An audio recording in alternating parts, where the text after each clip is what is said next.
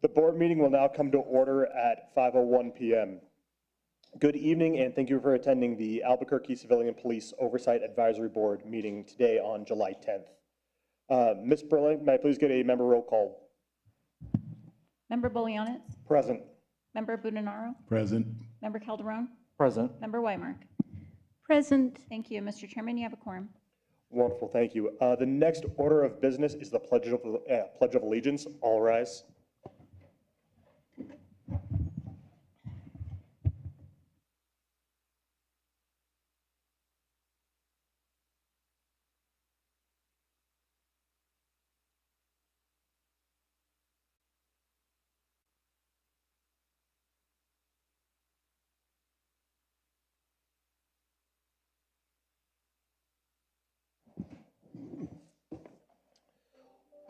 All right, the next order of business is the approval of the agenda. That said, I do have a modification that I want to propose to the group, is that we actually move the appeals before the serious use of force cases. So it would go from item number 9 to item number 7 on the agenda. Can I get a second? Second. Thank you, Member Budinaro. Ms. Perla, can I get a roll call vote, please? Member Bolianitz? Approved. Member Budinaro? Approved. Member Calderon? Approved. Member Weimark? Approved. Thank you, Mr. Chairman. That motion passed unanimously. Wonderful. The next order of business is the review and approval of minutes from June 12th, 2025. Do any members have any proposed changes to the minutes? All right, I make a motion that the minutes be approved as written. Can I get a second? I second that. Thank you, Member Calderon. Ms. Brilliant, can I get a roll call vote, please? Member Bolianitz? Approved. Member Budinaro? Approved. Member Calderon? Approved. Member Weimark? Approved. Thank you, Mr. Chairman. That motion passed unanimously. Wonderful. Next order of business is public comments. Do we have any? Thank you, Mr. Chairman. There were no written public comments, but we did have Ernest Apodaca signed up to speak. I'm not sure if he's here in the audience. Yes, he's here. Perfect.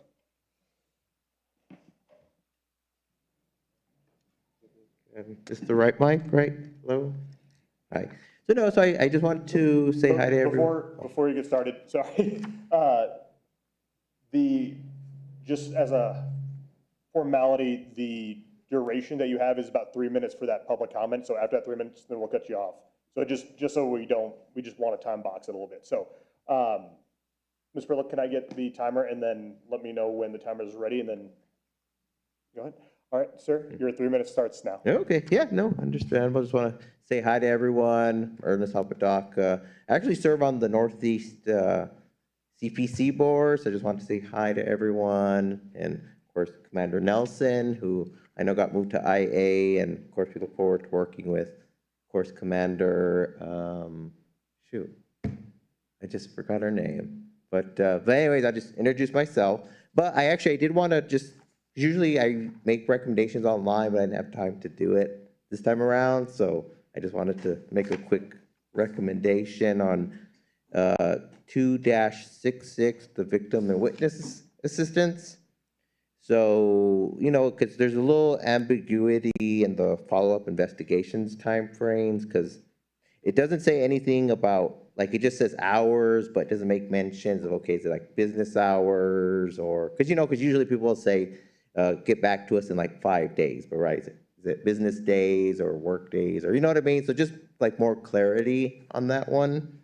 And then for section 2-2.a, the person's death versus felony misdemeanor investigations, again, just more clarifications, right? I mean, like for example, you know, it mentions person's death, and but then broadens it to felony, like investigations and misdemeanor criminal investigations. So it, you know what I mean? So it could be just clear it up, right, to apply to all serious cases.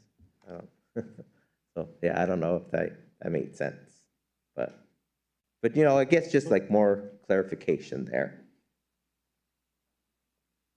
So other than that, That's what I wanted to just recommend, just because I didn't have time to do it online, so.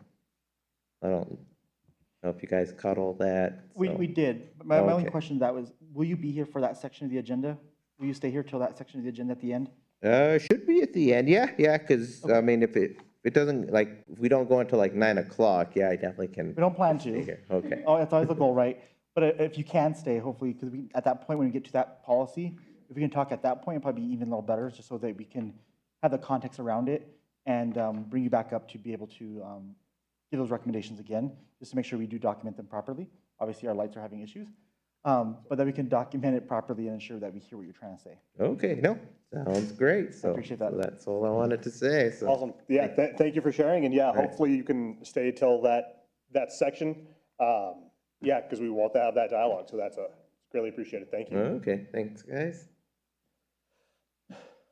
Awesome. Yeah, no, thanks. Awesome. Next order of business is the reports from the city department.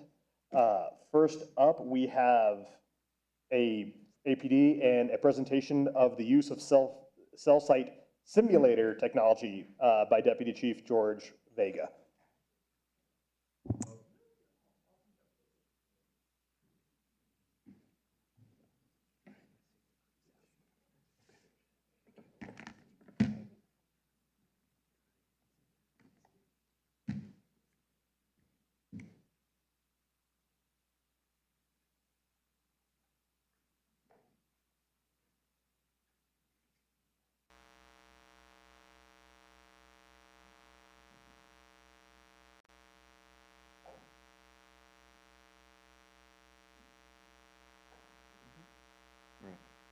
Good evening, everybody. My name is George Vega. I'm the Deputy Chief over the Investigations Bureau.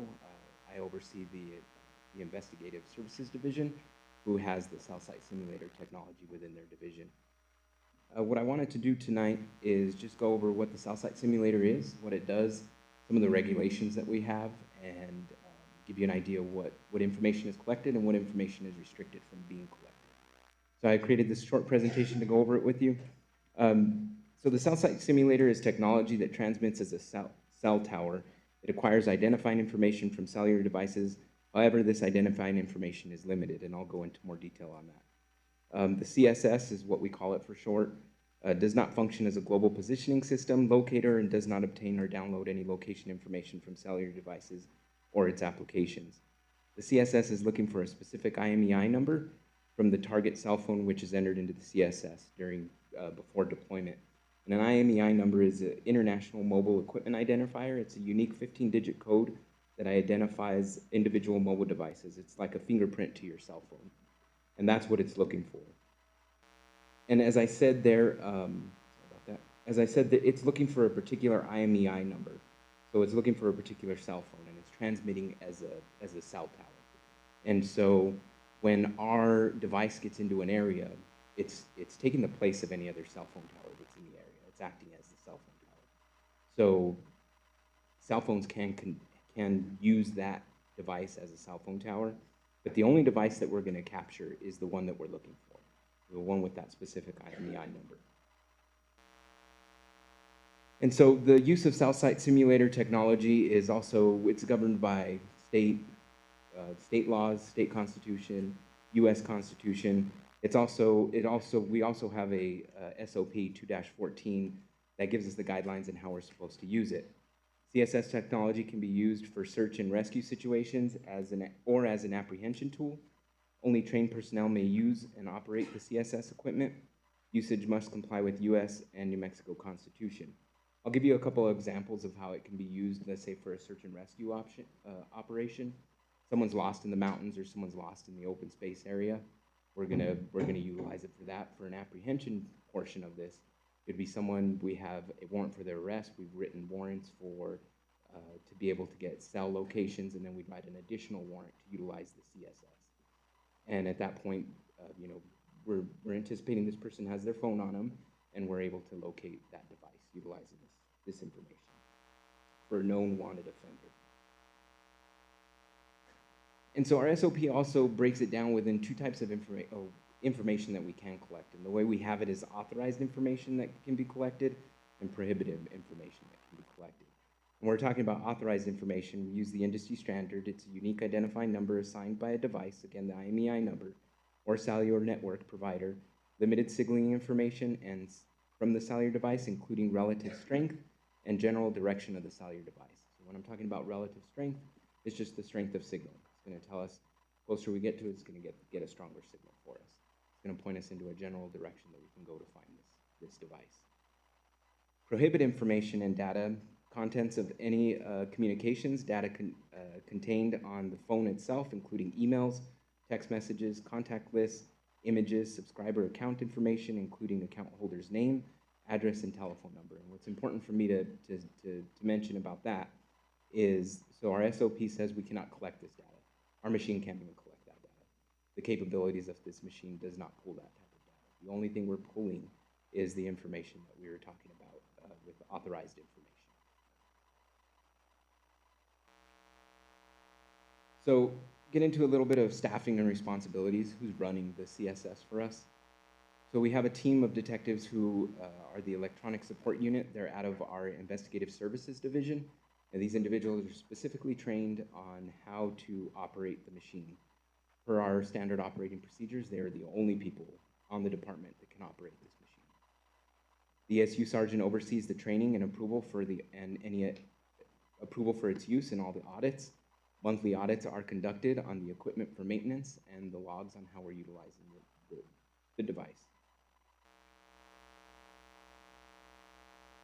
So one thing that we want to look at is just the annual training that's required, including the Electronic Communications Privacy Act and being in compliance with that.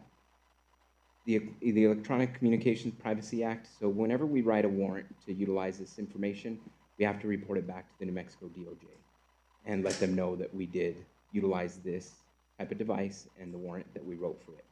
And we report that back to the New Mexico DOJ no later than February 1st from the year that we've been using. We do have a team set aside specifically for this, that all of our information when we write these warrants go to that team, and then the team reports it to the New Mexico DOJ for us. Another important aspect of this is authorized information that we're collecting must be deleted at the end of every operation. We are pulling information that we've listed in our warrant. That information is given to the primary detective.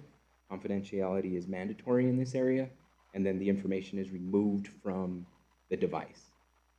Another important thing to bring up is before a mission is started on the next, for the next one, the detective is to get in, log into the machine and make sure that that information has been deleted. If it hasn't been deleted, it will be reported.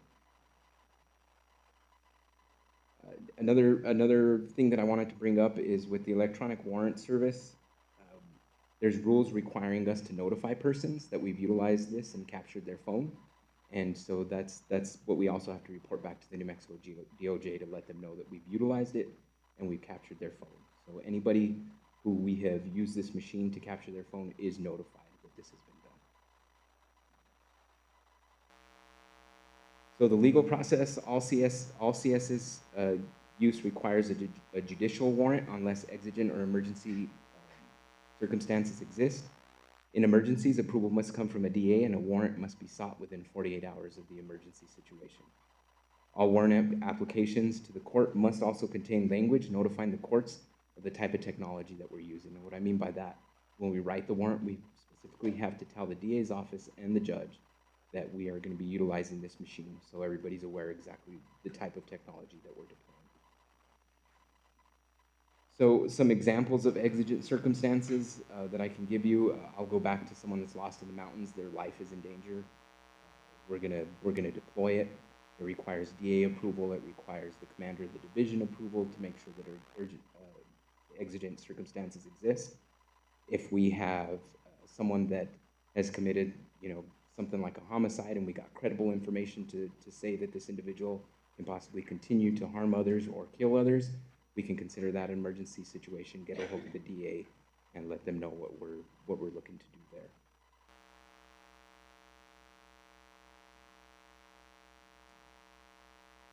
The last thing I want to bring up is just operational limits. APD may assist other agencies only within the city of Albuquerque.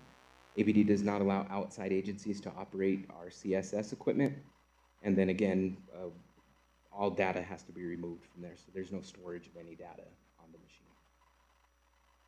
That's pretty much it in a nutshell. I'll stand for questions if you guys have any.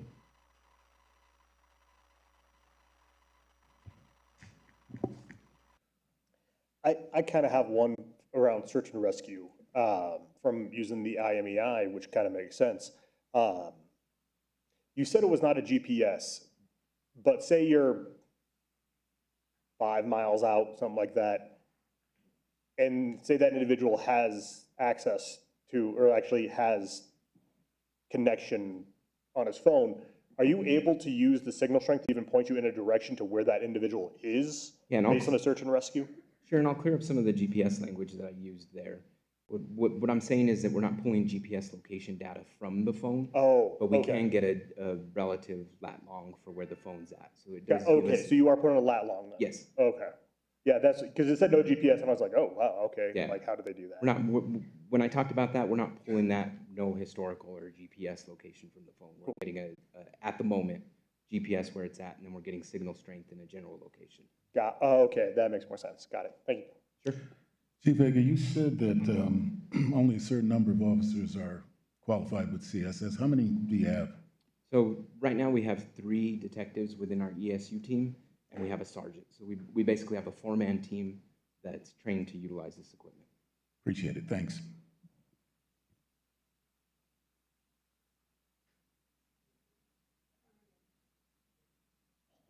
Awesome. Well, thank you, Deputy Commander. I appreciate the presentation. This is Awesome. It was really cool. Yeah, thank you. Thank you. All right. The next order of business from APD is the Internal Affairs Professional Service Standards, IAPS, by Commander Nelson. And Commander Nelson, this is your first time, right? Because you took Thanks over for noticing. Johnson. Yes, this is my first time. This is my 4th week. Welcome. Appreciate it. We'll be gentle. I came from the Northeast Area Command, and this is the end of my 4th week, so week and a half on my own. Nice. So I've got We'll make it as tough as possible. Please do. Birth by fire, right? So typically we give statistical information from IAPS, so I'll go ahead and give that to you, and if you have any questions, feel free. So the total number of cases opened for June are 71. Closed cases are 80. By area command cases, 49 were closed, or cases were opened, and 41 were completed. A total of 127 pending cases with an average day to completion of 59. Our top 5 findings are cases sustained with findings are number 1, use of on-body recording devices at 17, 1-1 personal code of conduct at 16, court violations at 11, department vehicle violations at 5, and scheduled and unscheduled leave at 4.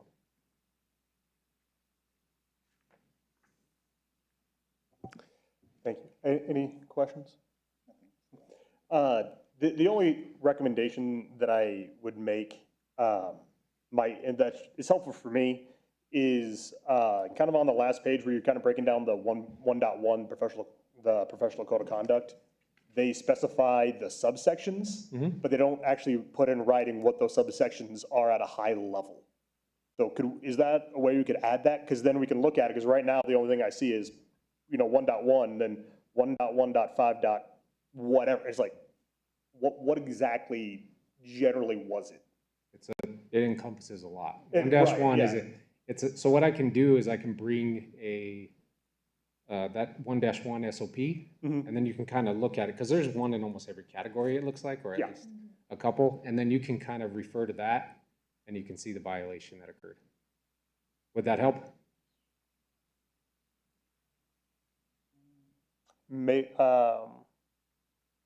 I almost just want them more grouped at a higher level, like, because I'm just saying, like, 1-1-4 is blank. Right, because we did have them at one point at a higher level, right? So Yeah. then we asked for the breakdown of it, I don't think we had it even at, and then we got the breakdown down here, Yeah. right? And that's the first we've gone. what you're kind of asking for is like the title of the Mhm. infraction, right? Yeah, Is what you're asking for? that's more like the title of what it is. Does that make sense?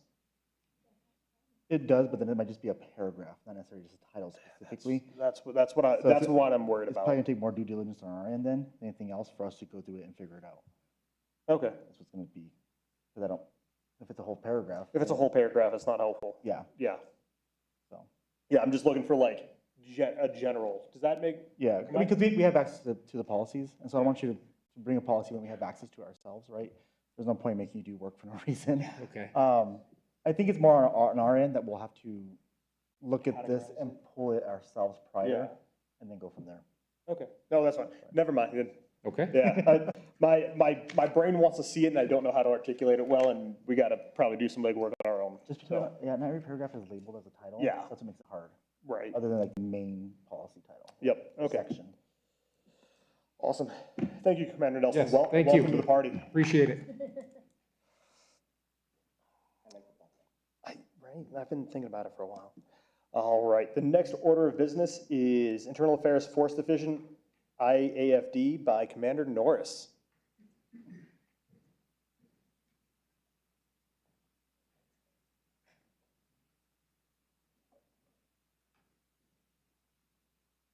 Good evening. Okay, had some changes, minor changes from last month's report to this month's report. One thing that we saw was one of the bigger outliers was the uses of force in the Southeast Area Command. So we always have more uses of force in the Southeast Area Command relative to our other area commands, but this, the month of June, seemed to kind of jump up a little bit with respect to the other area commands. We had 31 total uses of force in that area command, and the next closest one was 14. So almost twice the number in the Valley Area Command. There's been a lot of concentration along Central and the Southeast Area Command, and just with a lot of proactivity. So you're having a lot more contacts. That as IA force, we look at as something that's not completely out of the ordinary. The more contacts you have, the more proactivity that you have, the higher likelihood you are going to have for an increase in uses of force. If you go to the last page, you'll see as well that the vast majority of uses of force that we're getting into have to do with suspicious persons or vehicles.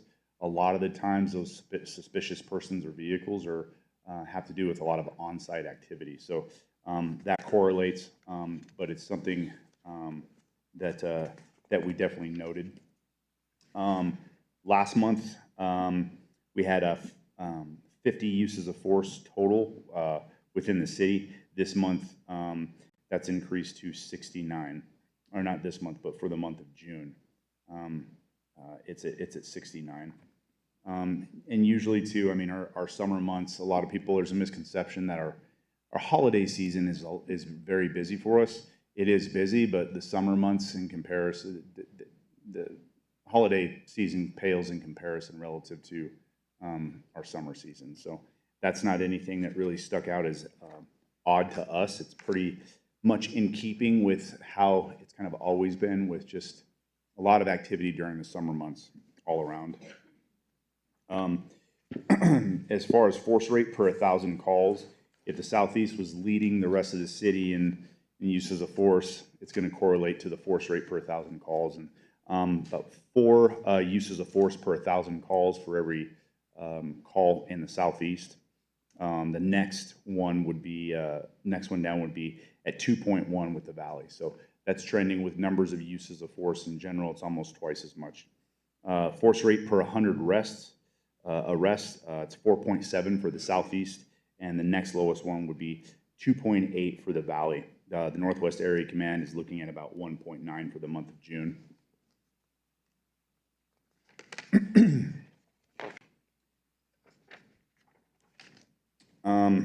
Still seeing that the vast majority of people that we use force on in terms of their age is still between 30 and 39. For the month of June, it was 29 people that we used force on between those ages, and then the next highest number would have been individuals between the ages of 20 and 29, and that was 20 uses of force. Is behavioral health involved. 61% of our documented uses of force show that there was no behavioral health involvement relative to that use of force, and 25% of all the calls for service that we took had something to do with behavioral health. The other 14% is unknown, where we were unable to tell. As per your request for last month, we did add in how many uses of force with individuals, or how many uses of force we get into with individuals who may be under the influence of intoxicating liquor or drug. And for the month of June, about 52% of our uses of force were people who were under the influence of alcohol or drugs. 32% no alcohol or drugs was able to be identified, and about 15% was just unknown. We didn't really have any knowledge of them being under the influence of anything in particular.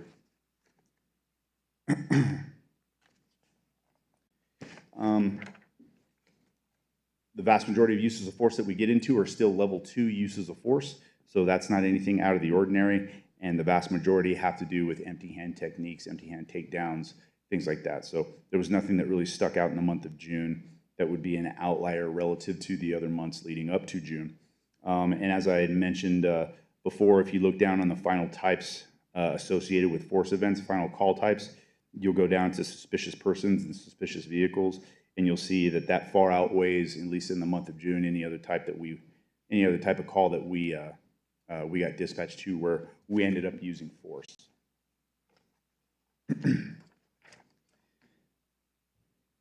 As far as our cases completed, total completed cases for the level 1 unit last month was 18. That's going to be up a little bit because we are vetting a lot of these uses of force in what we refer to as our 72-hour meetings. To be completely honest with you, under the settlement agreement, we erred on the side of caution in terms of classifying, and we would say, you know, it's safer to over-classify than under-classify, because we were getting a lot of, I guess, points docked against us, for lack of a better term, with the monitors, where it was really an opinion-based type of thing, where they thought it was a level 2 use of force, we thought it was a level 1 use of force, how we were interpreting the definition of such. We don't necessarily have that anymore. However, that does not mean that these uses of force and their classifications are not being, doesn't mean that they're not being investigated appropriately. Average days to completion for our level 1 team is 15.9. Minimum days to completion is about 8 days, and maximum would be 27 days. When you jump up to the level 2 and level 3 uses of force, we had 43 completed investigations. Average days to completion was 84.3, so we're still abiding, we're abiding by our own SOP that says we got to get these things done within 90 days with the option to have an extension for 120 days. Minimum days of completion is 65, and maximum days would be 116 days, and that's with an extension that's signed by the superintendent. I think the most notable thing in the report, outside of just kind of the numbers of uses of force with respect to one area command, is out of all those uses of force in the month of June, we only had one out of policy use of force. So while we're using force, it's still abiding. Almost, I mean, 99.9% of them are abiding by what our policy mandates to do. And I will stand for any questions. Members have any questions? I've got a quick question. Yes, sir. Commander, since I wasn't around last summer, does the number of the ages, 30, 39, 20 to 29, does that skew down during the summer months? You know what, sir? I could get a comparison for you. I can't really recall down to kind of the minutia of the ages. I can give you kind of, like I said, a general comparison to the numbers of uses of force that overall in general that we see during the summer. But I can't give you off the top of my head an accurate answer to, are the age ranges changing, or are they lower or higher relative to last summer?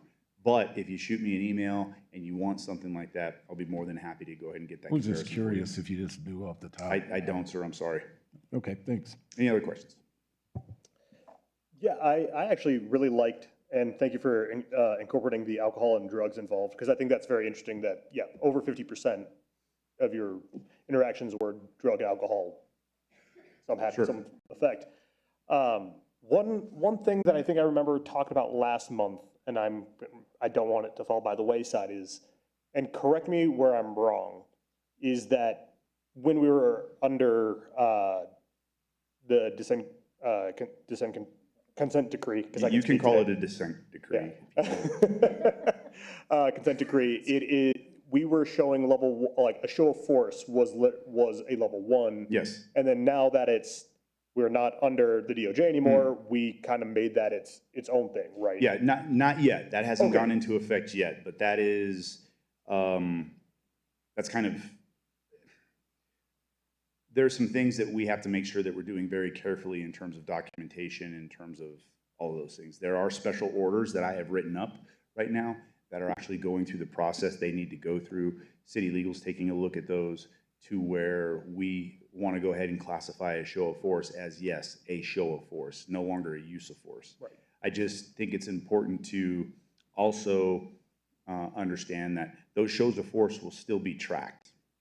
Those shows of force, depending on the circumstances, can still be looked at as a misconduct issue if they're properly reviewed by the sergeant of the officer who showed force. So it's important to understand that the department still recognizes that shows of force, just because they're no longer a use of force, doesn't mean that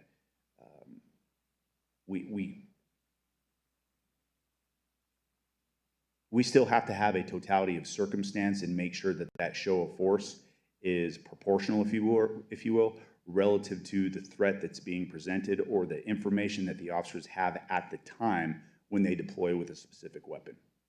Right, yeah, no, and that's good, and I'm really happy about that. I just want to make sure that we don't lose visibility. So, right, because I don't want it to fall by the wayside. Right now, the goal, right now, things change, right? There's some other things. Right now, the goal is to try and get shows of force classified just as shows of force and no longer uses of force by the end of September. Oh, cool. However, we do want to make sure that we're doing this thing correctly, so that could be pushed out a little further, but that's more to come on that one. Cool. No, I look forward to it. I'll probably ask you again next month, just Okay. because that way we're in the loop, because I think that's something we're Sure. wanting to be cautious about. And not to try to control what you ask, but just understand, I'll probably have the same answer for you That's next fine, yeah. month if our goal date's September 20th. Yep, cool. Okay. Yeah, then it's September 1. Cool, Okay. I'm good with that. September 20th. End of September. See, this is why they Write have it to down. remind me. Yeah. I need you to write that down. September 2nd. Awesome, thank you. Okay, thank Mayor. you. Yeah, October, yeah. My brain works in weird ways. Next up, we have, next order of business is ASC with Deputy Director Bustamante.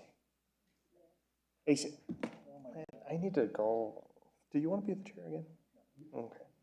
It's like when you're doing hurdles and you trip on one of them and then you clip the next three. That's exactly what it is. Hey, everybody. Jeffrey Bustamante, excited to be here this afternoon. I'll run through a series of updates, a lot of similar updates prior, but the trends do continue, as you might expect. Higher call volumes with the summer.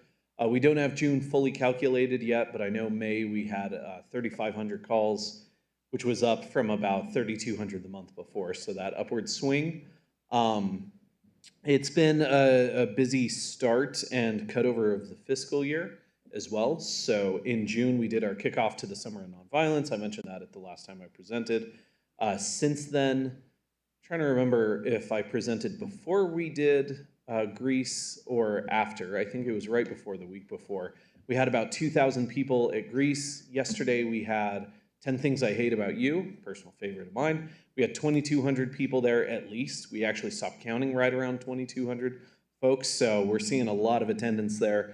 And it's been going really, really well.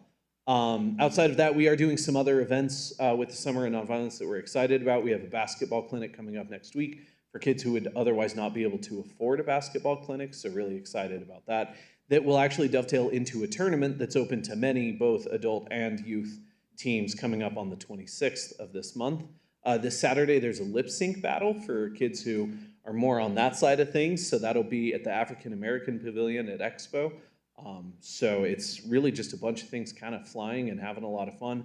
Our final Summer of Nonviolence movie drive-in for this month will be on the 30th. So it'll be 3 weeks this time instead of 2 away, and that'll be Twilight. So if anybody's really excited about Team Edward or Jacob, come on out. Outside of that, getting to the work itself. So again, calls are high up. The general disposition of a lot of unsheltered calls, but also still a lot of behavioral health crises. That trend continues. We do have some pretty exciting news that the Southwest Public Safety Center, which is that shared facility with fire and police, is almost live. So we're really excited about that, and I'm sure over the next handful of months you'll see a ribbon cutting there. Or at least maybe a walkthrough. I know there's a whole thing about ribbon cuttings and timing and getting it just right. So we want to make sure that that happens at the right time, but we will be going in that way. We also have a few other spots. You've seen like the Alvarado Transit Center. We have the office. We're still enhancing that. We have some space off of Coors as well.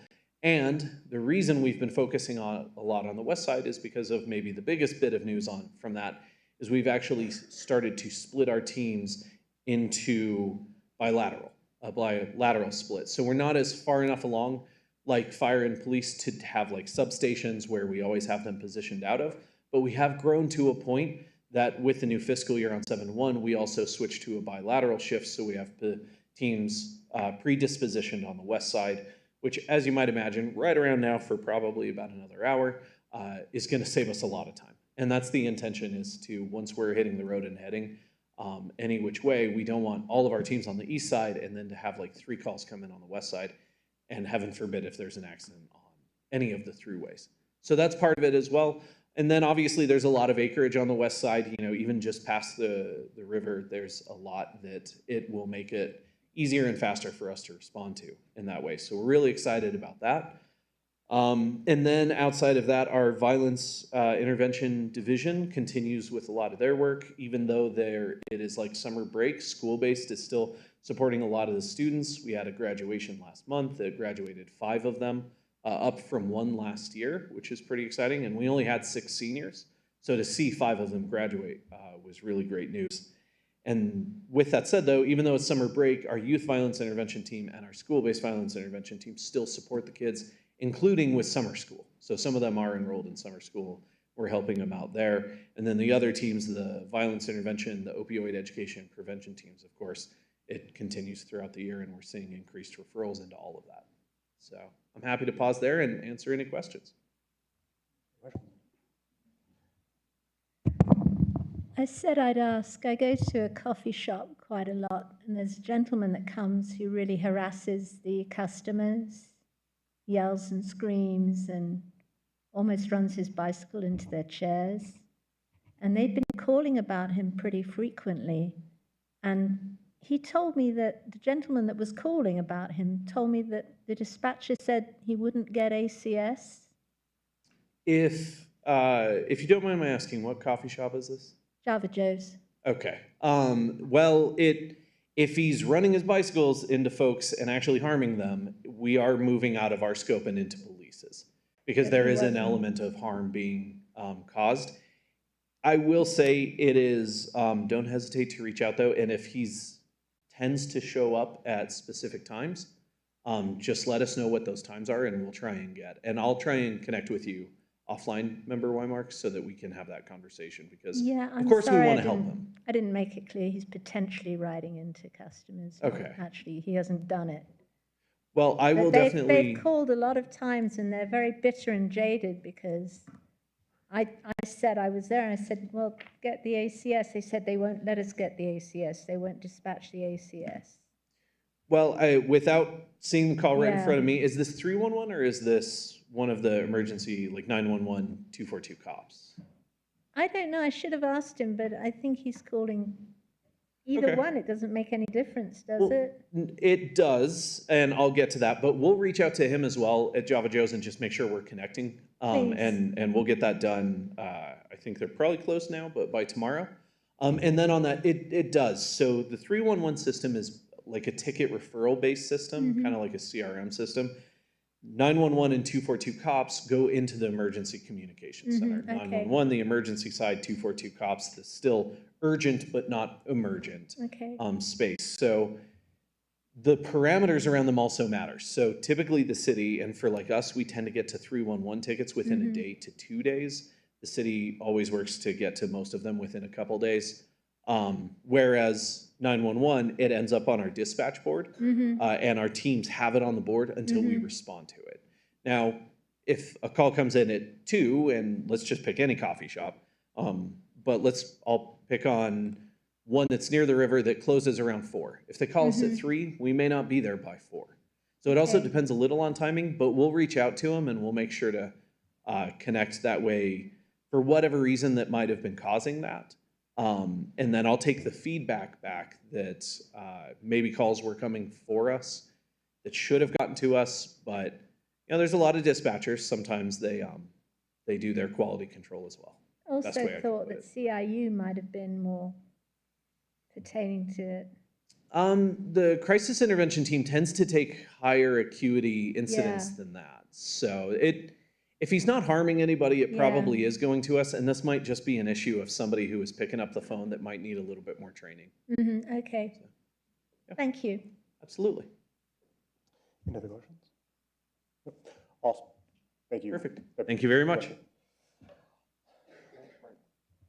Next order of business is the city attorney's office with Lindsay Rosenbaum.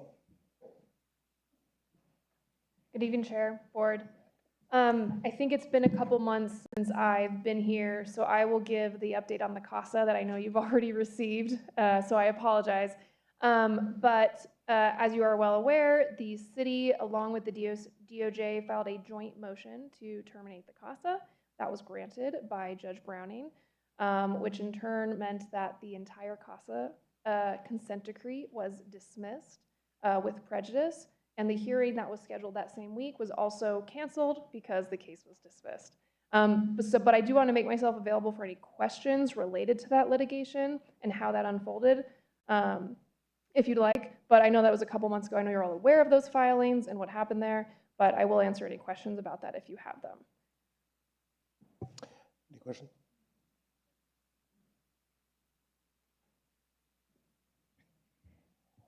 What does with prejudice mean? It means it cannot be refiled. Okay, cool. Yeah. The only other update that I have is related to another settlement agreement that the city is in that is related to APD, and that's the McClendon settlement agreement, which you all might be aware of as well.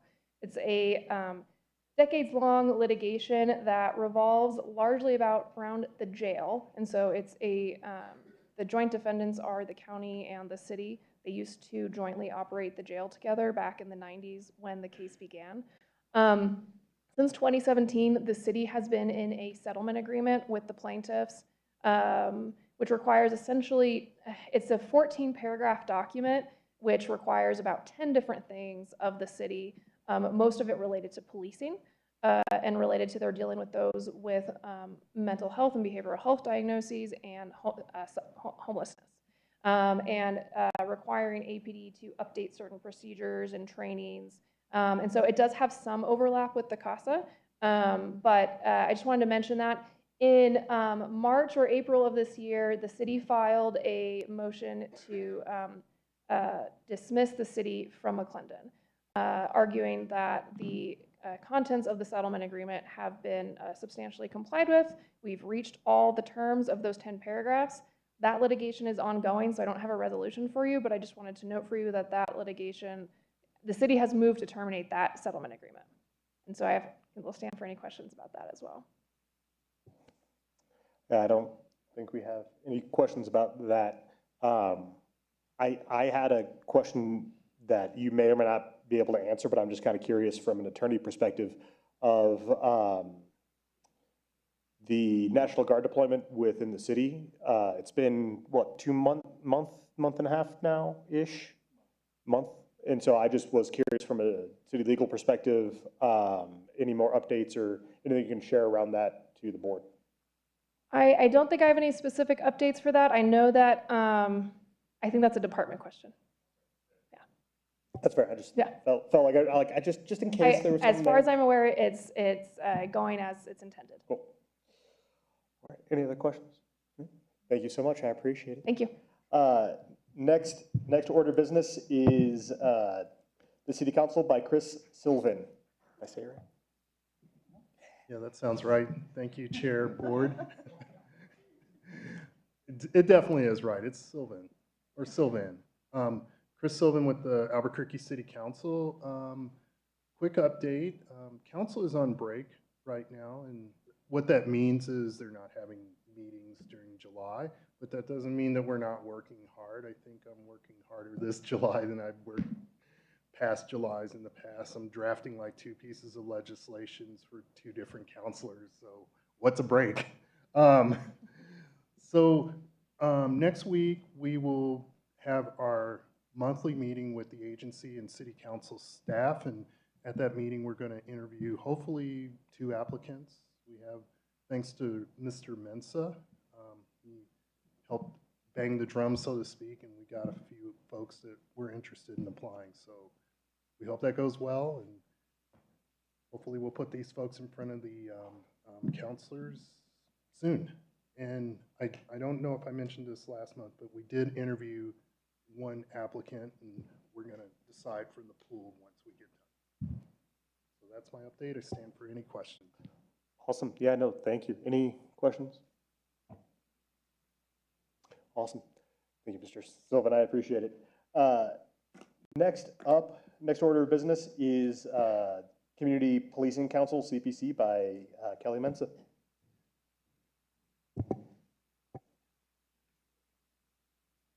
Okay, good evening, Honorable Chair Boliads, CPOA Board, employees of the city, and APD.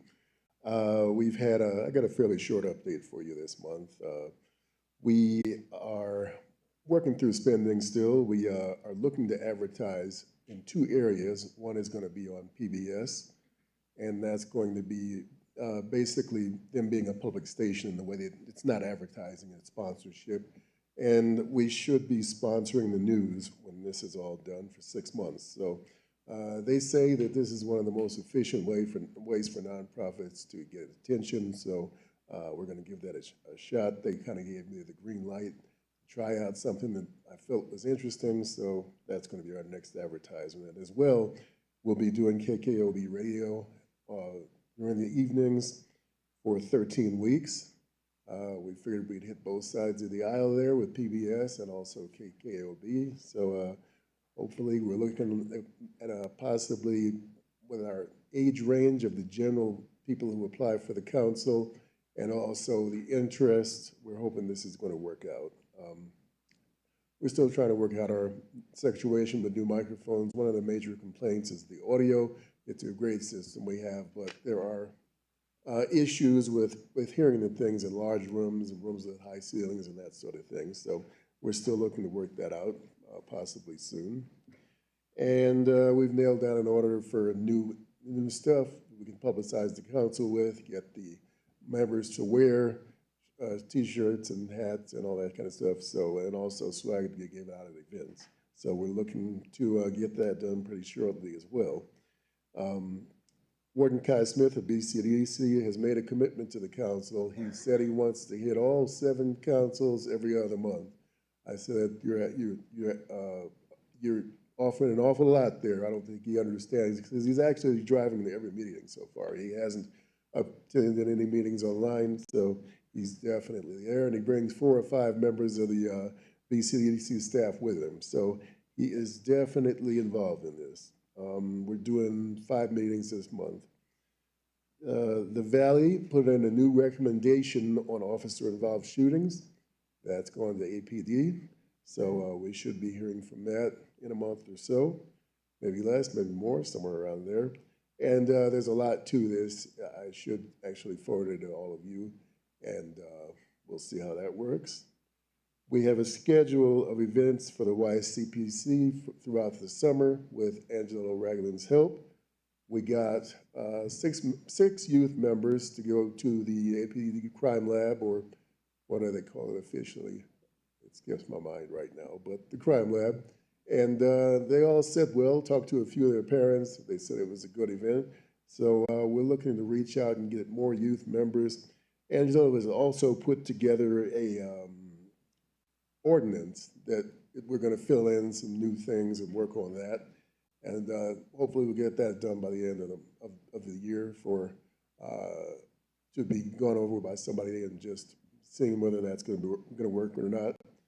And we also are doing our review of the council ordinance, which is guidelines, I should say, which is going to be in 2 weeks on Saturday. So we're all going to get together. Hopefully we'll get at least 10, maybe 15 people from the council who want to go over the changes. This has already been gone over and looked at by Attorney Kidd and Diane and myself. So we're going to implement some of these changes. For instance, taking the CASA designation out except where it's absolutely necessary. So some stuff that needs to be done, some minor changes that they might want to do, and we're looking to get some good information on that. At that point, this is my report, and I stand for questions. Thank you, Mr. Mensah. Any questions from the board members? Awesome. Thank you so much. All right. I appreciate it. Good afternoon, evening. All right. The next order of business is the mayor's office. She's not here, so we will move on to the CPOA. And the first item up is the CPC non-concurrent memo.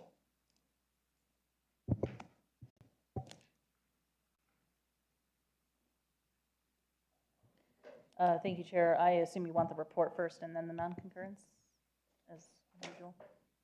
Sure, let's go with that. I just saw the A, so I thought there was a 2 on the next page on my agenda. So for the month of June, the CPOA received 83 intakes from June 1st to June 30th. 33 of those were assigned for investigation between the CPOA and ones that are appropriately or already with IA. 29 were driving complaints that were resolved with the employee supervisor.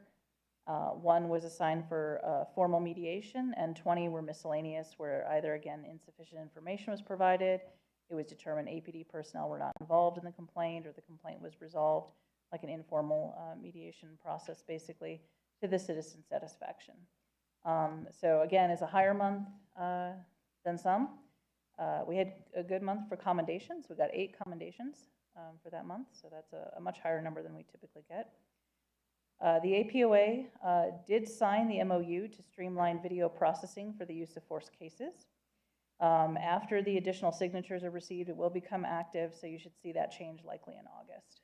So Chair signed it here today, so we just need to route it for other signatures. So big accomplishment there. So do thank the APOA for agreeing to the terms and seeing the benefit to it. SWAT, actually, based on last month's discussion, SWAT will conduct a training presentation at their facility where the board members can ask questions, see demonstrations, and learn more about their training. So they're going to do that as a more comprehensive, longer presentation. So not here at the board meeting, but some 3-4 hour type of training session. We don't know exactly the length of time yet.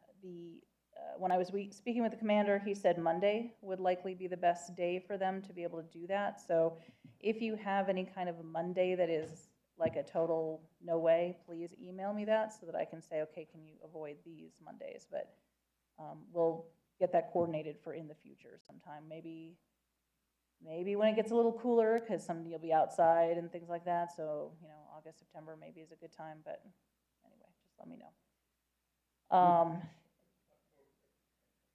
October. That's not going to be a good month for the department because of Balloon Fiesta. Yeah. All right. Well, anyway, we'll figure out the logistics, but just let me know if there's any days that are definitely not going to work for you. But that's what we will arrange so that you can have a more comprehensive and have questions and actually see some of these things in practice. And then just a update, due to our new space for the CPOA, we did start at the very end of June, beginning of July. We are conducting in-person interviews with the officers. So far that's been going very well, and we believe is providing a better overall product for the cases and the interviews and things like that. So we appreciate the space. It's being put to good use. So, short report. I don't really have anything else. If you have any questions. Any questions? Congratulations to the new policy advisor. Yes, We have updated and promoted Gabe Reamer, who was our data analyst, who is now our policy analyst. So we are very happy with that. Analyst, So I now we mean, will not be hiring for a advisor. data analyst. So. Okay, cool. Congratulations, Gabe. Cool. No, any other questions? No? All right, let's move on to the non-concurrent memo, which is the fun stuff. So the Major of Superintendent's Office non-concurred with the findings of, one of the findings for CPC 1025, and the SOP that was in question was 1-1-5-A-4. And what that states is department personnel shall obtain information from the public in a professional, prompt, and courteous manner, and they shall act upon it in a proper and judicious manner within the scope of their duties. So the reviewing police reform commanders noted that the complaint alleged a battery, but the officer did not see evidence of injuries. The officer mentioned a summons, but informed the complainant he would interview the other party first. He found a report from earlier in the morning that did not determine a primary aggressor, so the officer canceled the report and summons. So that was kind of the crux of the disagreement, where it's one of the commanders especially reported that if the officer had filed a summons, it would have contradicted what the previous officer investigated, placing the department in a bad position. Our perspective is that the CPOA found this a sustained issue because the officer expressly told the complainant that the other individual would receive a summons, regardless of whether he talked to that other party, based on what he had determined at that scene, talking to the individual at that time. Now, the officer said this to the complainant more than once, that he was going to be issuing a summons. However, once he found out that there was a previous call, the officer did not call the complainant to inform him that there was this canceling of a report number and that he would no longer be filing a summons. So the complainant did not know any of this information until he actually called to ask about the status. So officers can reach different conclusions based on the information presented to them at the time. So that would not be particularly unusual or reflect poorly on the department. The basis of this complaint and the sustain is that the officer made a verbal commitment to the complainant, set expectations, but then did not follow through with that commitment, or at least contact the citizen and let them know that this is what's changed. So that's the basis of our sustain, which I feel that the non-concurrence kind of missed that aspect of it, so we respectfully disagree with that, but that is the issue. And I don't have anything else unless you have a question. Thank you, Executive Director. Any questions?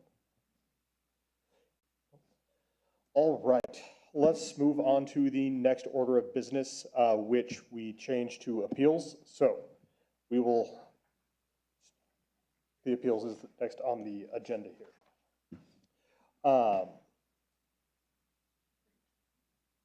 Yes, hold on. The rules.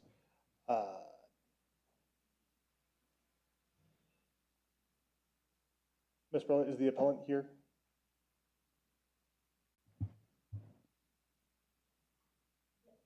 Yes, Mr. Chairman, the appellant here. Wonderful.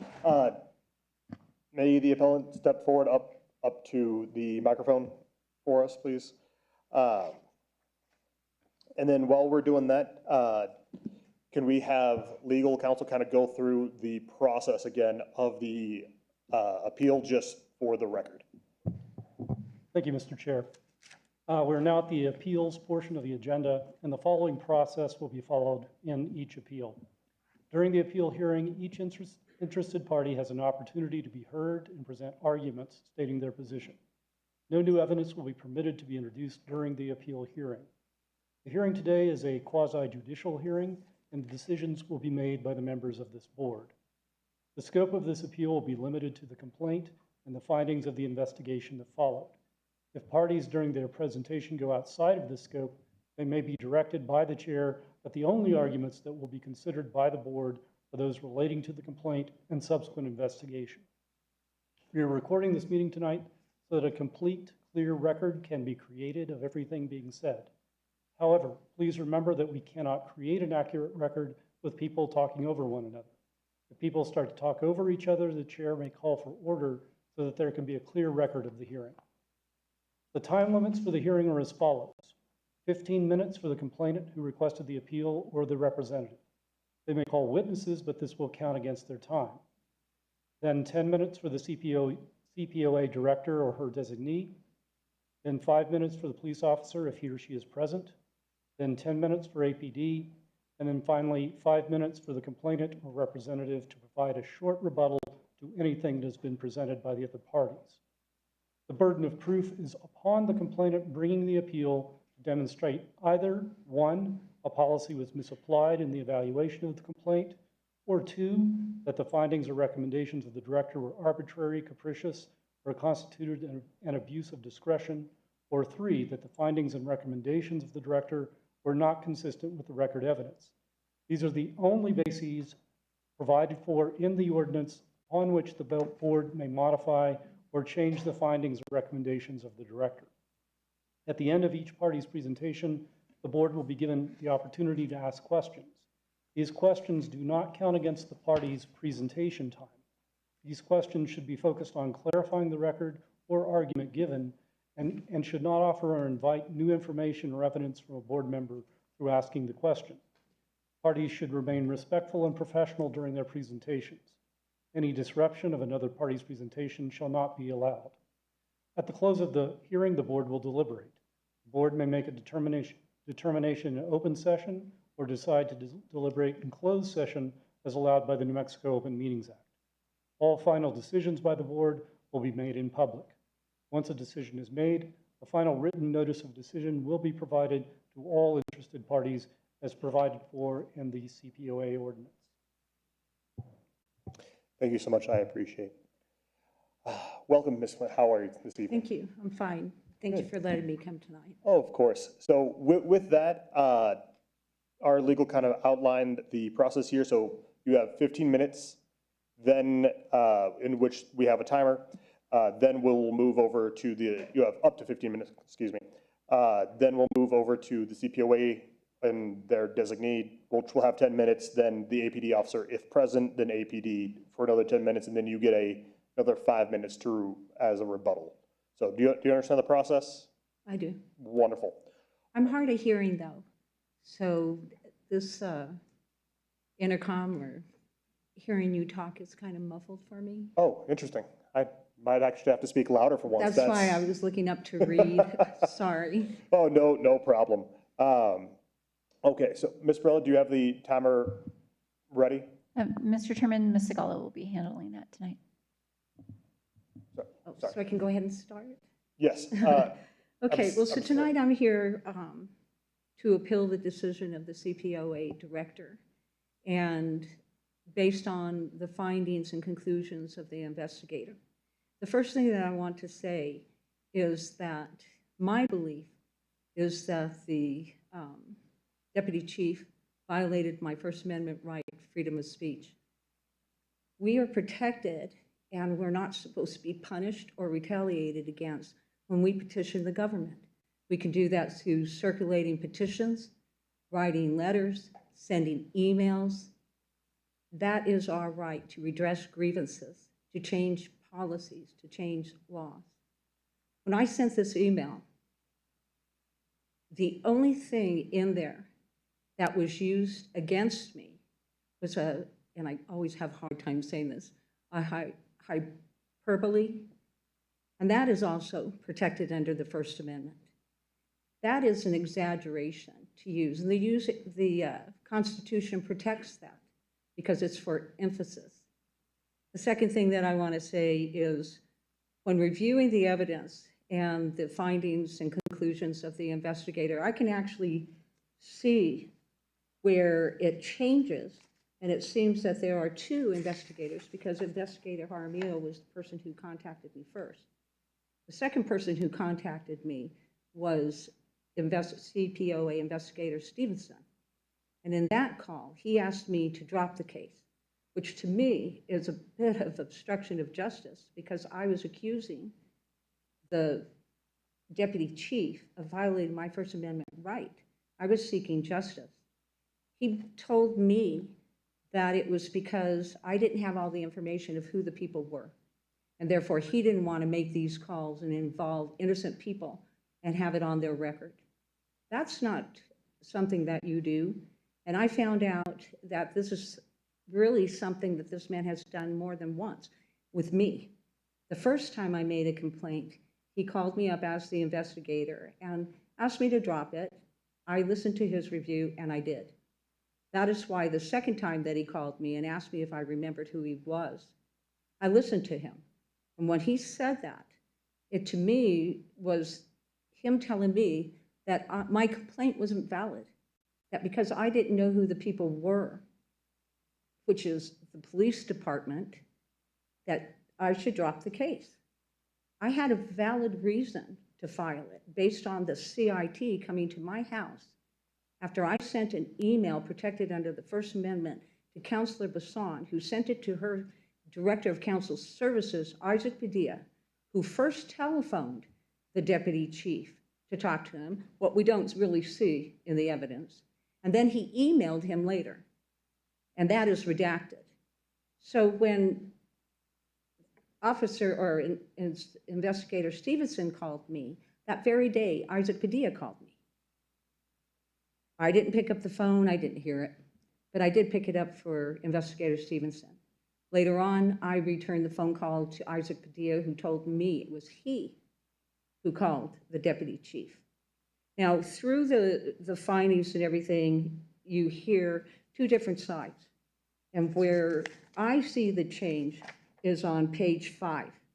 It starts being selective.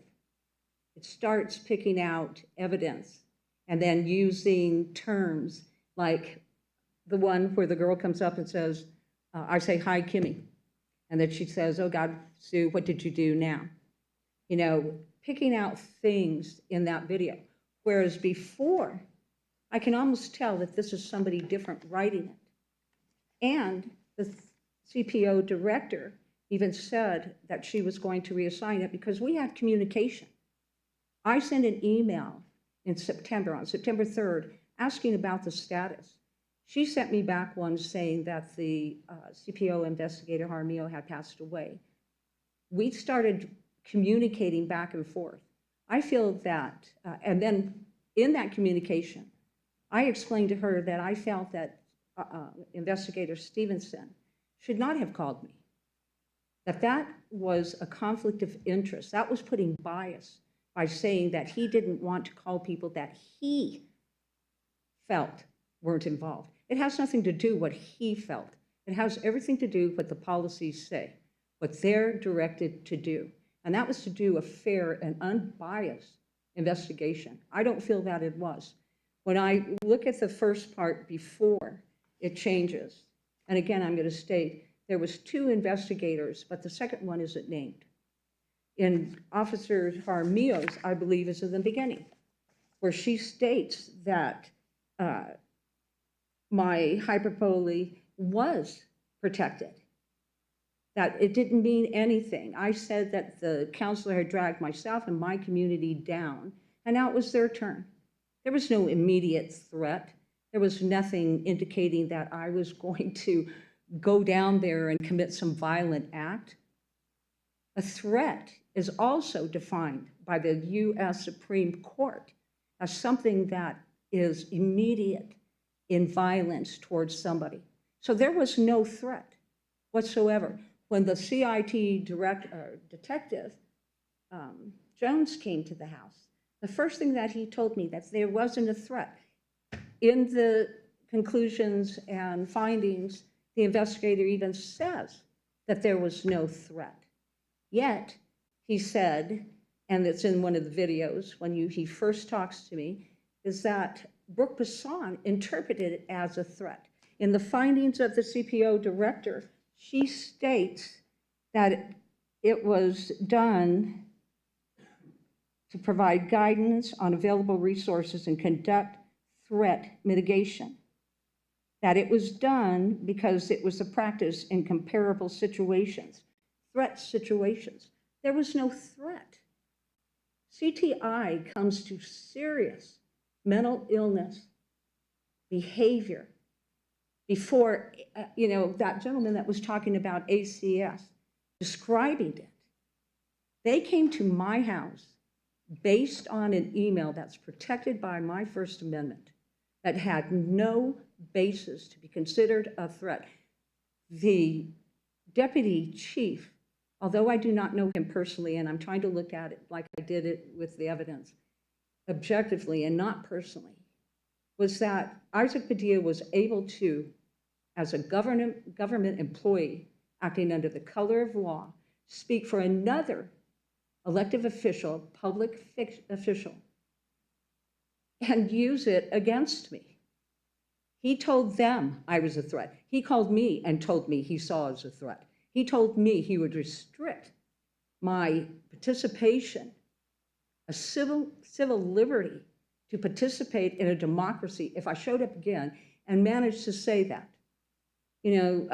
I'm concerned, I don't know how I feel about this procedure coming to you and appealing this, because from the very get-go of this thing, a deputy chief took upon himself to decide that I was an immediate threat of violence, that I could harm myself or someone else. Now, that's an accusation from Isaac Padilla and the deputy chief to be able to continue on as though I committed a crime, yet there were no records, there were no 911 calls, there was no 311 calls, there was no non-emergency calls. I did IPRAs to find out if Isaac Padilla went through any channels, through APD, through city council services, nothing. He didn't make any phone call. He used his position to go over to a deputy chief. And I can't say what the deputy chief's motive was to act as though I committed a threat based on that email. And let's get that straight. This is about the email. When the CIT team showed up, it was about the email. When they told me what was wrong and who interpreted that I was a threat, it was about the email. Everything was about that email. And so when I was thinking about am I going outside the scope of this? In the findings, it even states everything. They did not find anything. The only thing that I can really tell you is that confirmation bias is what you see from page 5 to page 7, where somebody went in there and picked out selective comments that I made, interpreted that I was shaking because I was pissed off. Well, that's hyperbole too, being pissed off. How many times have you said that? It doesn't mean you're going to go hurt somebody. It means that I was angry that this woman was able to use her position to go to her director who reached over to APD. And that was the point I made to the CPO director. I didn't care who it was. Somebody was able to utilize resources that are meant for people that have extreme mental behavior illness, that are immediate threat. Nobody found me that way. I was shaking because I had a 6'5" or something man towering over me. I had a police officer, a doctor, and a group outside my yard. How was I supposed to feel? How was I supposed to react? And it also says how talkative I am. I was talkative. That's a coping mechanism. And it has to do with your personality. And believe me, I talk a lot in real life. So it was my way. And the shaking, I hadn't eaten all day either. And I'm an older person. And I'll tell you something. This was an attack on me by somebody who used APD. And that's what I told the CPOA director. Nobody should be able to call somebody up and ask them to drop a case, to drop their complaint. That to me was misconduct and could be seen as, in a court of law, as witness tampering or obstruction of justice. That's why I'm here tonight. I can't tell what you're going to do. I've never reviewed how you do your policies or how you do your appeals. So I can only hope that you aren't riddled with confirmation bias in your decisions. Because when I read it, especially from 5 to 7, and then the emails from the CPO director to myself explaining the actions of this investigator calling me. My first investigator was still alive. He called me after she did. I told the inspector or the CPO director that I felt that she was a strong woman, that I had believed in her, even told her that I believed in the process enough that I would go with whatever she decided, based on what she asked me, based on the conversation we had, based on the policies. that she explained to me, and I had full understanding of that. But for this CPOA director to tell me that another investigator can call me after giving my complaint, that just boggles my mind on how this whole procedure through her office is. I'm not supposed to be intimidated, and that was an intimidation call to me. I was already feeling, embarrassed, being gaslighted, and it's in there that I wasn't gaslighted. What do you call sending a CIT to you? That was a director going through a deputy chief to send somebody out to tell me I was wrong, that I was mentally ill. That's a serious accusation against me. So what I see here is, and I had it all planned. I sat up for the last 3 nights talking to myself, trying to be outside of being personal, to be objective, and to understand what was in this, what was in the emails that I received back from the CPO director, who I believe was prejudiced in this. And all I could come to was going back and seeing how many IPRAs I did on this where there was no record. The definition under the First Amendment of a threat, the definition of hyperbole, the definition of a violation of my First Amendment right, and I'm an older lady. That's what really got me, is these people are 20, 30 years younger than me, and to think that they were going to use something against me to make me appear to be a violent person. I have, and it says in here, I've gone and in these chambers for 20 years, participating, getting resolutions, moratoriums, participating in policies, coming before city council to change law, to listen to other people. I don't go out and attack people. I do it the right way. I do it through the protocol of what the city says to do, because if you don't do it the right way, if you take these people to court and you miss one part of that, then you can't fire. I cross my teeth and dot my I's. And what I saw here was total injustice to me for somebody that this CPO director says, well, we have no authority. Now, I understand that, but they also have the authority, just like you, to recommend that this goes to the DOJ or this goes to the Inspector General, because that's what I was going to do with Isaac Padilla. That's what the investigator knew, that I understood, that if I was going to do something, it was going to be that. Yeah, thank you. And unfortunately, we're out of your first time. So thank you for sharing here. So next up, we're going to hear from the CPOA director. Thank you. All right, thank you, Chair.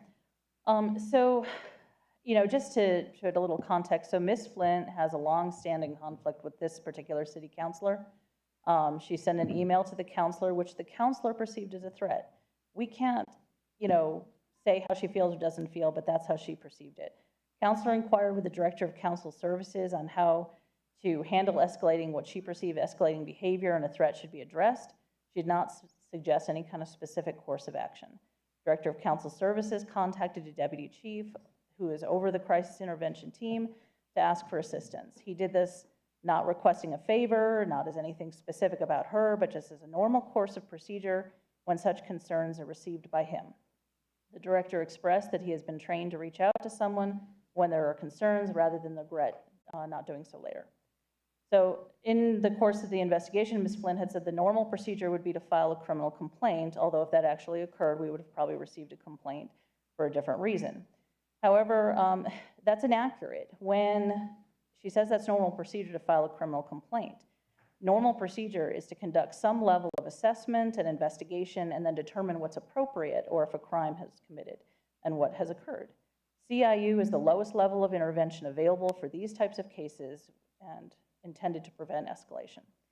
The deputy chief received the director's inquiry, again, not unusual in similar situations, and contacted the unit appropriately. He explained that it was standard protocol to refer such complaints from public officials and citizens to crisis intervention.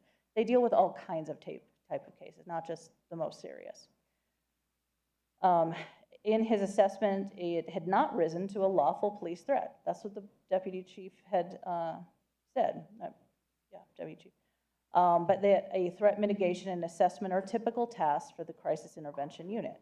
So he forwarded the information to the commander with a simple instruction of just look at this and the counselor's concerns with no other order or specifics about Ms. Flint. Unit went out, determined nothing further was needed to occur. In the course of the complaint, she didn't mention it here, but Ms. Flint had implicated the chief as having some role in this, but excuse me, but the investigation showed there was nothing about the chief in this situation. There were some reported statements made by detectives during the course of the investigation that those were not actually said. There was a discussion about chain of command. However, that is how police departments function. Her primary concern really is with the counselor and with the deputy director of council services. Those are both outside of our jurisdiction. We have no authority to look at how they dealt with things, what they did. We're only looking at what APD did once they had the information. Now, Ms. Flint brought up this conversation with a different investigator in our office. At the time that the lead investigator called Ms. Flint, we did not know which APD individual had initiated the whole contact. So that wasn't known yet. During most of the interview, again, the focus was on the director of council services, the counselor. Those are both outside the scope, as I said. So the lead investigator was trying to determine what the best course of action was, trying to determine what the direction was. The investigator who was assigned to her originally had questions to the lead investigator, and the lead investigator did his job by answering her questions, and some of them he couldn't answer, so that's why he called the complainant to try and get a better handle on what exactly she was trying to go with and what direction. He never told her specifically to drop the complaint. He never tried to coerce her to drop the complaint. He was giving her various options, one of which could have been withdraw because of these.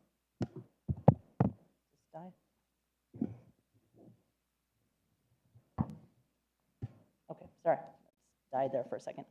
Was trying to just get a direction and give her various options on how to resolve. It was him that actually mentioned that some of the complaint would be more appropriate perhaps with the IG's office.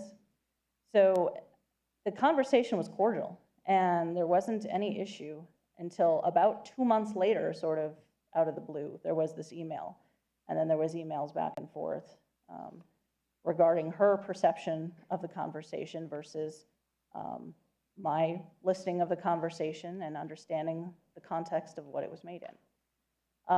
When it comes to the different investigator, actually the investigator who tragically and unexpectedly had passed away had pretty much completed most of this investigation. However, we did have a lot of delay in getting access to some of the various information. And so it just took some time, plus trying to reassign all the cases and figure out where everything was at. So it partially was, you know, on myself and the agency to try and reestablish where things were.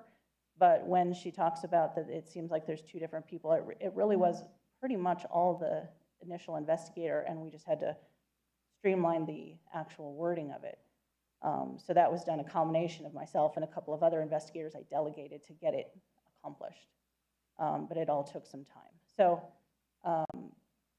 again, there was no trying to coerce in terms of any dropping of a complaint. It was just providing her options. The deputy chief acted in the manner that is typical. There was nothing specific about her. There was nothing specific about any of this. It was just the normal course of business for a similar type of situation. Is it typical that, you know, a normal individual might call APD, like through 242 cops or something like that? But when you have a public official who is saying, I have this concern, and they have a deputy director who is told this is how we deal with it, and then they reach out, that's the appropriate way to deal with it. Anybody, not just Ms. Wynn. So I don't think I have anything else. Okay. That's it. Thank you, Executive Director. Next, we have APD. Is the officer for APD here? I'm here on behalf of APD. Cool. Awesome. Then we will move on to the APD representative.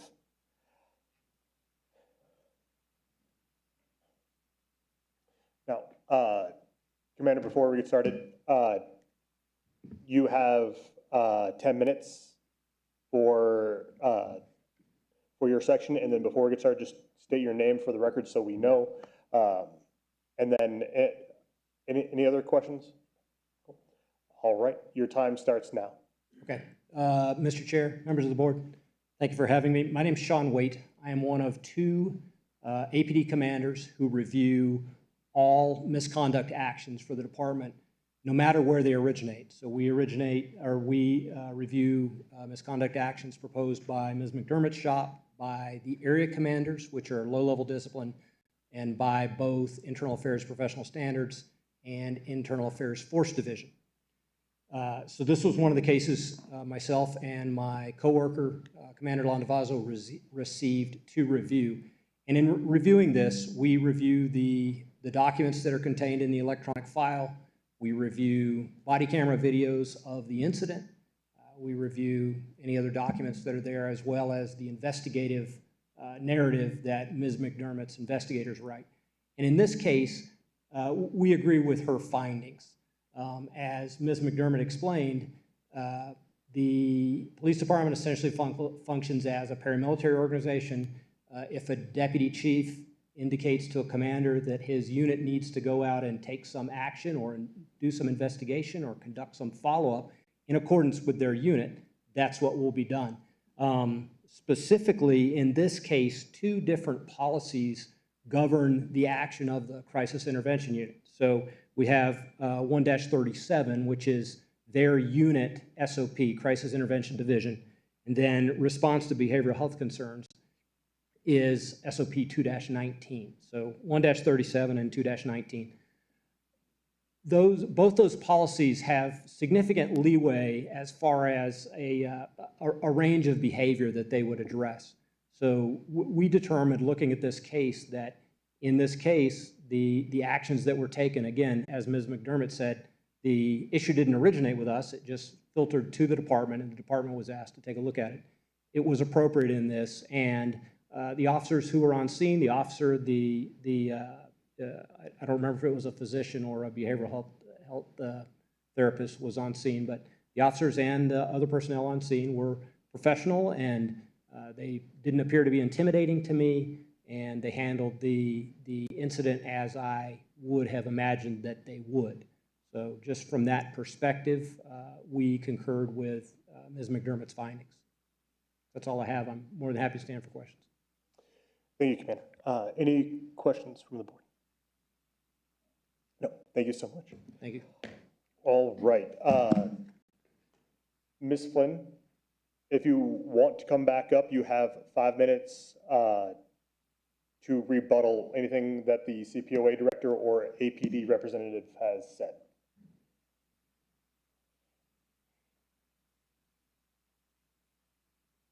Thank you. The point of my appeal is whether or not there was a reason to send the CIT unit to my house. It started with an email. They would have had to find a threat within that email, something that I did wrong within that email. The only thing that was escalating is that I said that I was going to make it a personal lawsuit instead of a tort. I wasn't going to let this city council use resources that the taxpayers pay for. I was going to do it personally because these two women had been personally misrepresenting who I was, what my intentions were. My intentions were to do the right thing for my community. It was sending emails to a city councilwoman who did not do her job, did not represent certain people. When the investigator called me, she and I spoke, I was happy. When the second investigator called me, I don't care what the CPO director said. I was the one that he spoke to. You don't have the recording. You don't even have a report that says it. She's saying that he didn't say it. He did. He said that he wanted me to drop the case and refile it after I found out who was involved. That wasn't my job. I gave him the detective's name. That's what the investigator, Jaramillo, was going to do. She was going to go directly to that detective to ask him who ordered it. So it wasn't, there wasn't really soundness and validity of him calling me and making it under deductive reasoning to ask me to drop it, any more than I find that there was any deductive arguments that this deputy chief didn't violate. Maybe he didn't mean to. Maybe he doesn't know what the First Amendment rights protect. But the fact is, I perceive it, and I feel that when a complainant comes here, we're before you, and we're guilty. I'm being victimized again, coming here to explain that I had my rights violated, and a deputy chief did it. The people outside the scope of their authority is the one who caused this. So you just forget all of this? Then where did this deputy chief get this threat from, if not from them?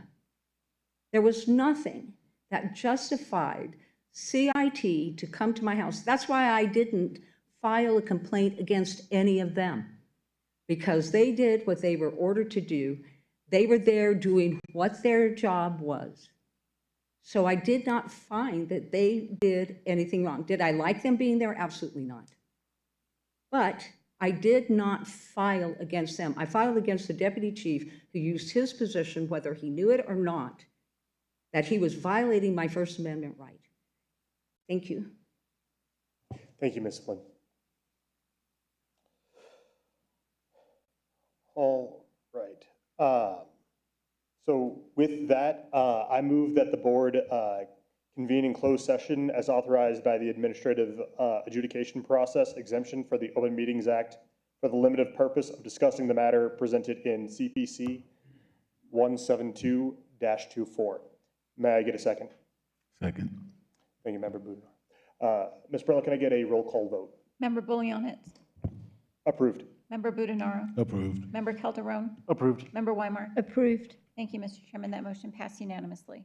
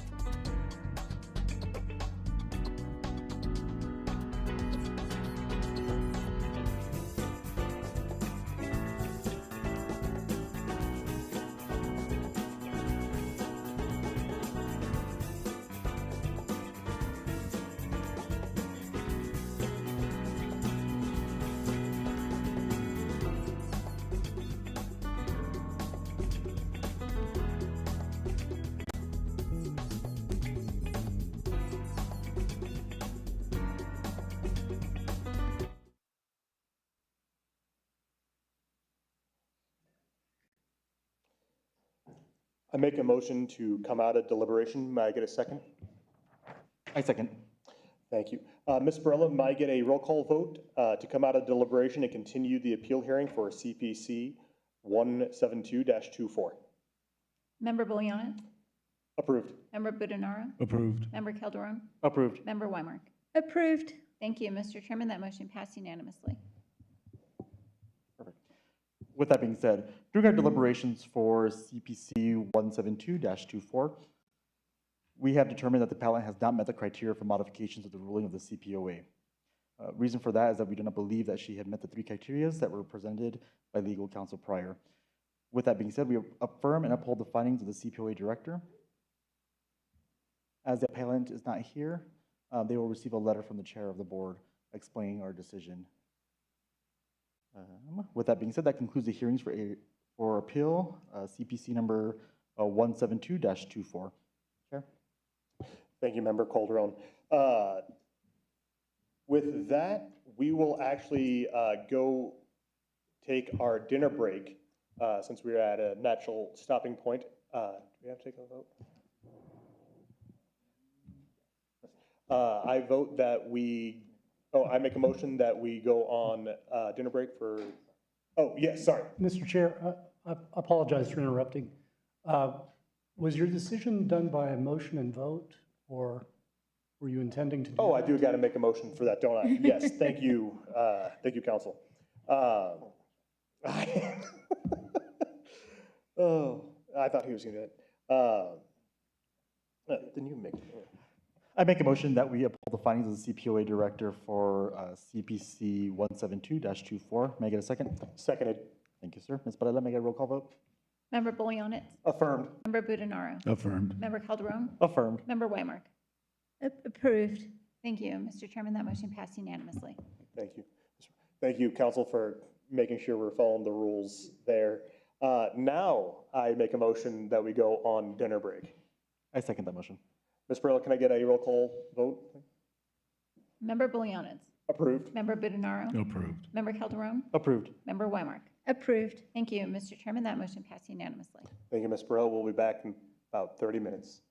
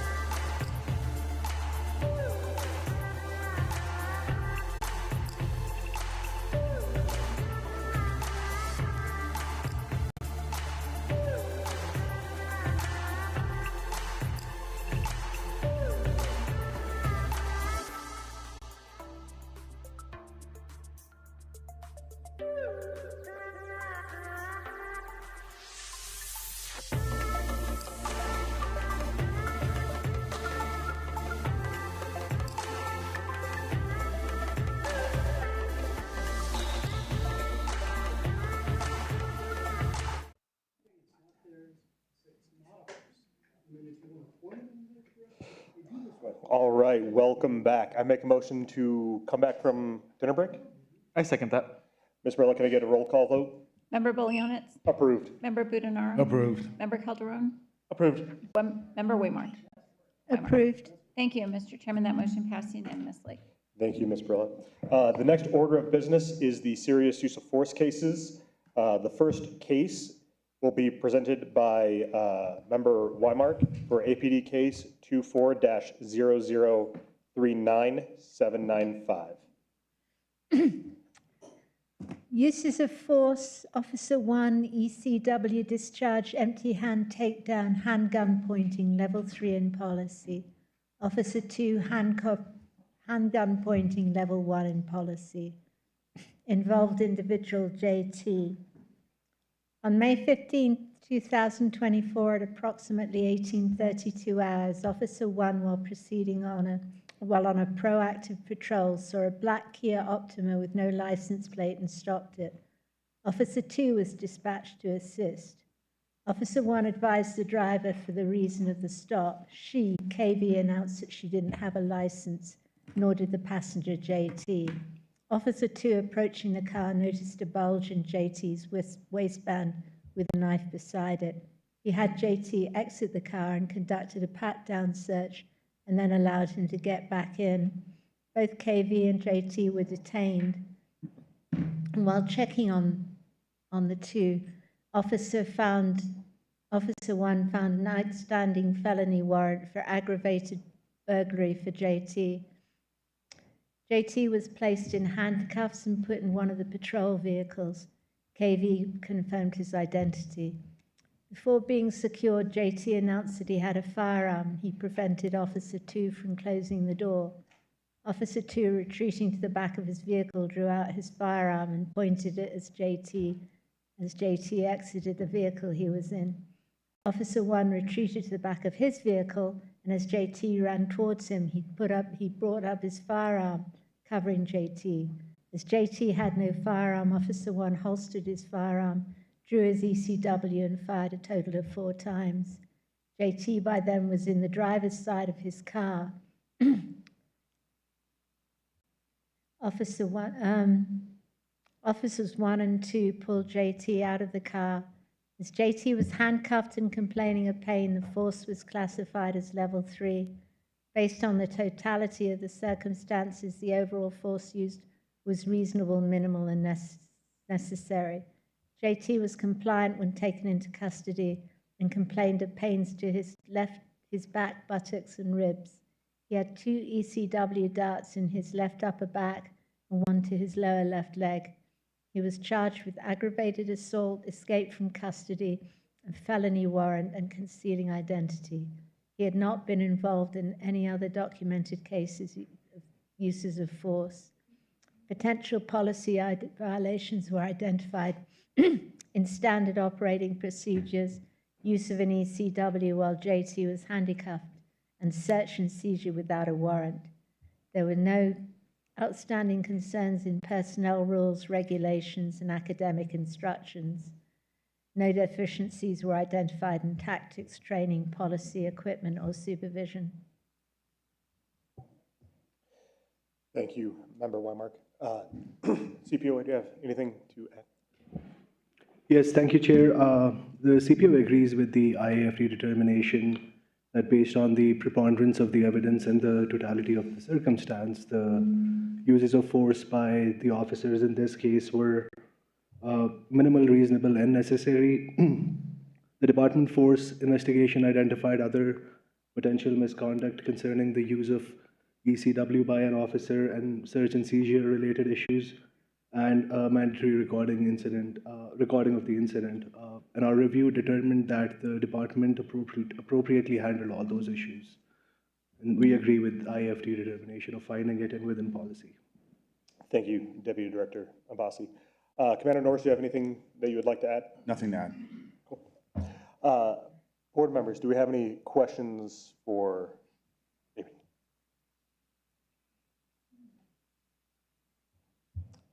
I actually don't either, so very good. Let me then go to my findings.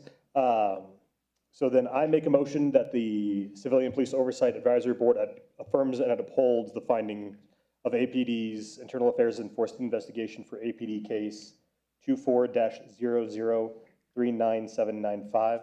May I get a second? Second. Thank you, Member Weimer. Ms. Spurlock, can I get a roll call vote, please? Member Bolianis? Affirmed. Member Budenaro? Affirmed. Member Calderon? Affirmed. Thank you. Member Weimark? Affirmed. Thank you, Mr. Chairman. That motion passed unanimously. Thank you, Ms. Spurlock. Of course. Excuse me. All right, the next case we have is APD case 24-005-8826, presented by myself. So this quick kind of overview here is on July in 2024 at approximately 8 a.m. APD officers were dispatched to the area of I-25 and Cesar Chavez following multiple reports of a male subject, later identified as Mr. C, who was nude and behaving erratically. Witnesses observed him running in and out of traffic and throwing rocks at passing vehicles, presenting a clear public safety risk. Upon arrival, officers were initially unable to locate Mr. C, and they spoke with an unidentified civilian witness who reported the subject was naked and has been tampering with electrical wires on the nearby light pole. Shortly thereafter, officers visually located Mr. C on the east side of the road, attempting to set fire to the light pole. He began throwing rocks in the direction of the officers. The officers established a perimeter, issued verbal commands to Mr. C.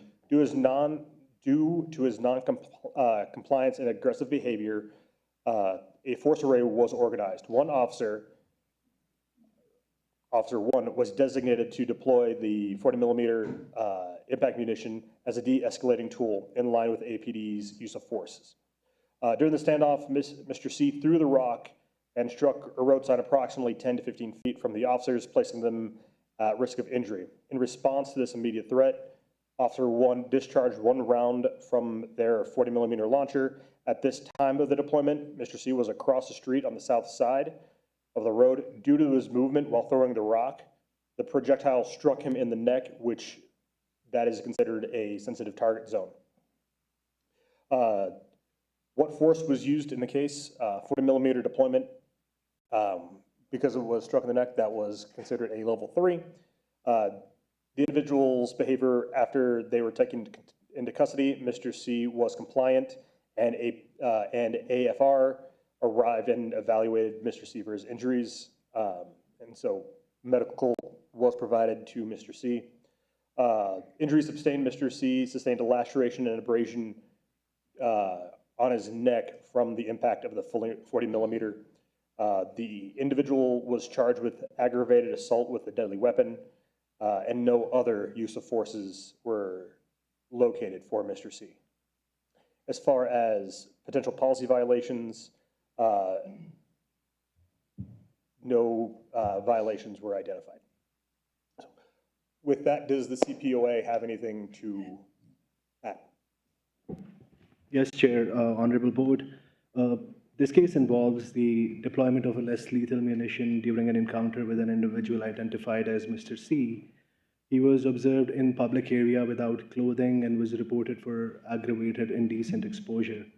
Upon the officer's arrival, Mr. C was actively throwing big rocks towards the roadway and in the direction of the officers.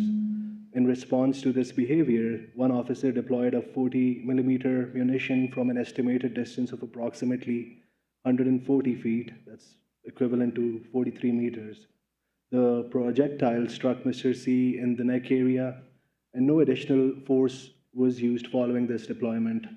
Under the Department Use of Force policy, any application of a 40mm to the head, neck, face, or any other private areas is classified as a level 3 use of force.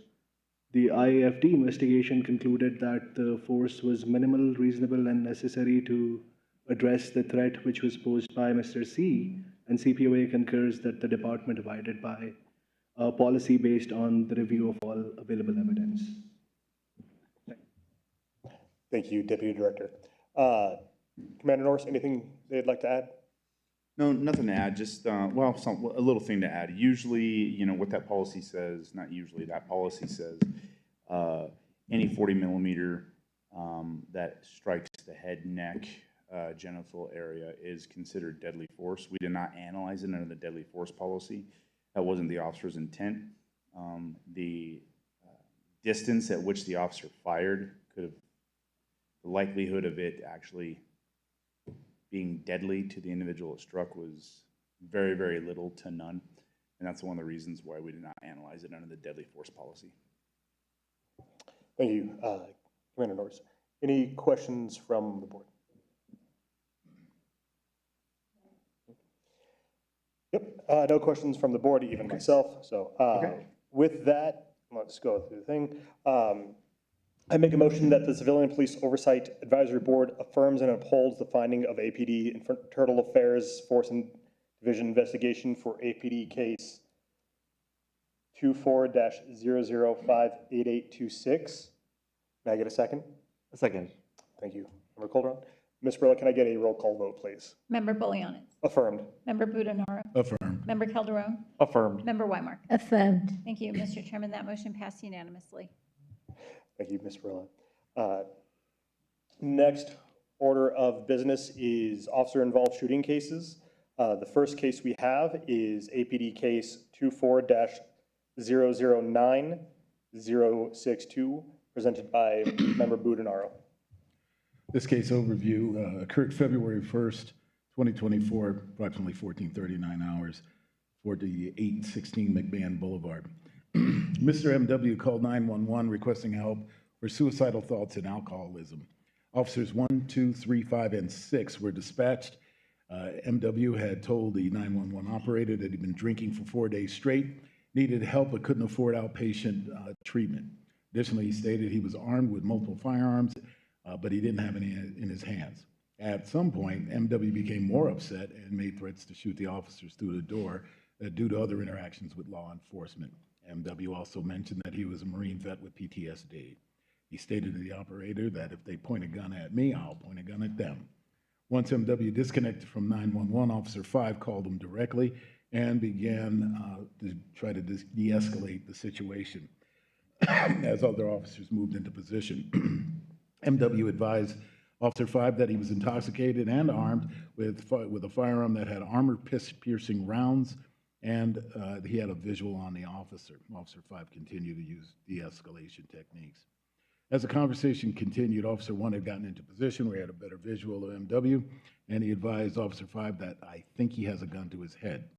Officer 5 continued to encourage Mr. MW to allow officers to get him treatment and offered lots of different options for help at the hospital. Mr. MW refused Officer 5's attempts, saying everyone is out to kill me, as he removed a black rifle from behind the driver's seat. Mr. MW became increasingly agitated, began to yell at Officer 5 through the phone, saying, your guy's not hidden. If he does not stand down, I will shoot him. I'll kill him dead. Officer 2 arrived at the scene with a department-issued rifle, positioned himself in front of Officer 5 near the driver's side of the police vehicle, advised that he was unable to obtain a visual for MW and repositioned to a prone position on the ground. Mr. MW advised Officer 5 that he had a visual Officer 2 and wanted him to stand up, put his hands up in the air, and continued to encourage Mr. MW to cooperate with officers. At one point, MW said, "You want me to shoot through the back window?" Officer 5 advised no. Officer 2 advised he observed Mr. MW open the driver's door to the truck and exit with the handgun in his right hand and a rifle in his left, and he yelled out, "Gun, he has a gun." Officer 2 took cover. When MW turned his upper body and placed the rifle on the passenger's seat as an unknown male began walking northbound between Officers 2 and Mr. MW, Officer 5.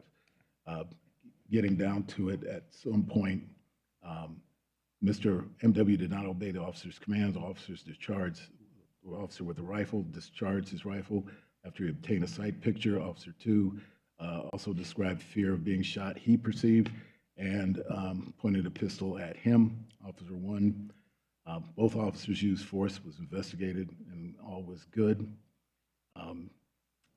the strategies and tactics that should have been executed. I just have a couple of questions for the commander at some point.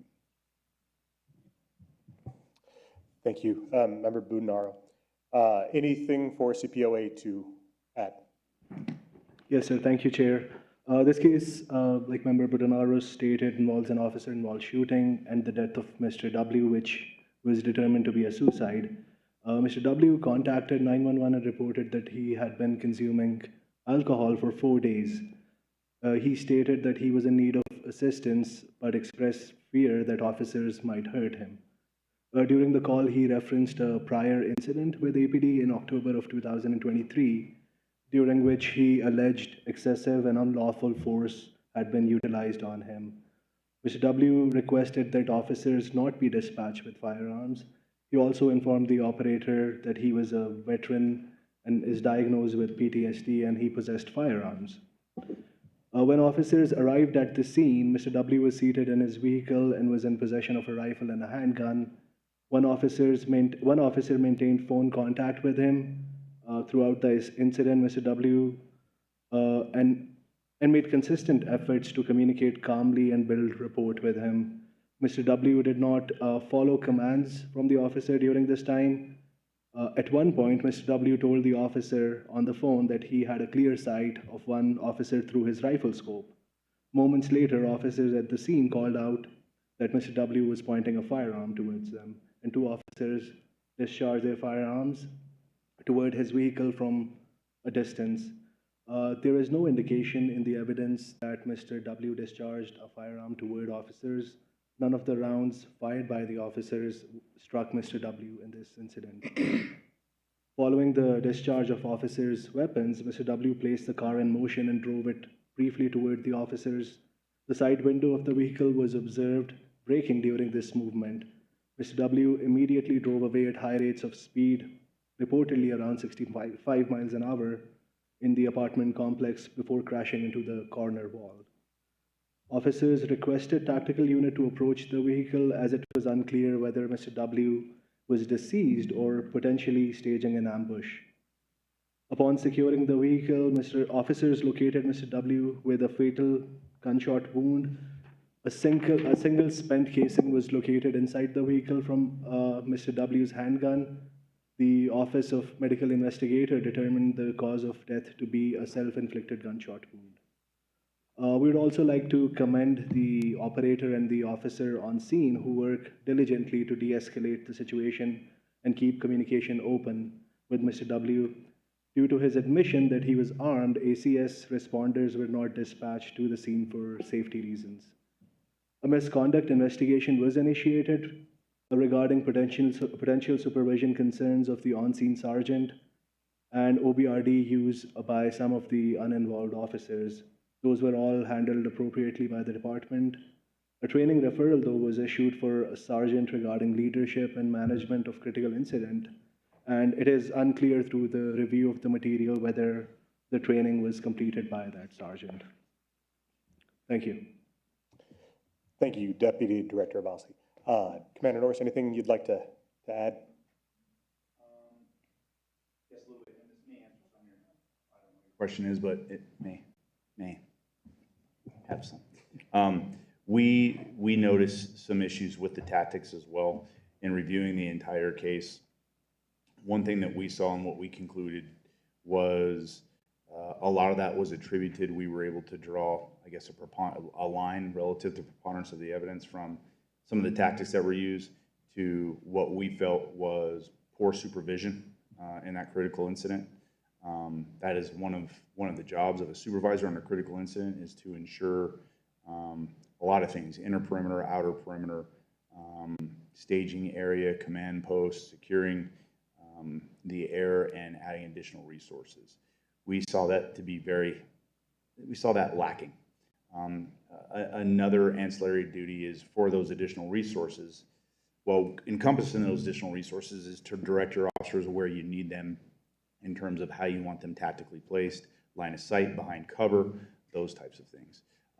I can tell you that training was completed, and there was also an internal affairs request based off of what we observed of just kind of poor management, overall management of that critical incident. Yep, that did it. Okay. No, I mean, I can get the OBRD issues and concerns, I get it. Right. It's not a, my question really was to that, because, you know, as I took a look at, you know, looking at the video and the outcome, the guy walking almost into the situation. Right. That was like, okay. Sure. But you answered the question, and I appreciate that. Thank you. Thank you. I'd like to add how impressed I was with the officer's courtesy and consideration. Thank you.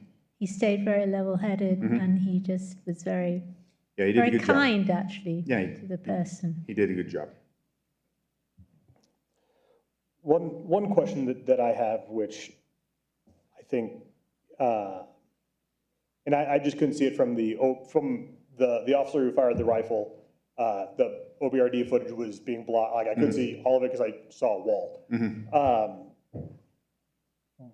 Roughly, do you have the idea of a distance shot? I'm not off the top of my head, not right now, sir.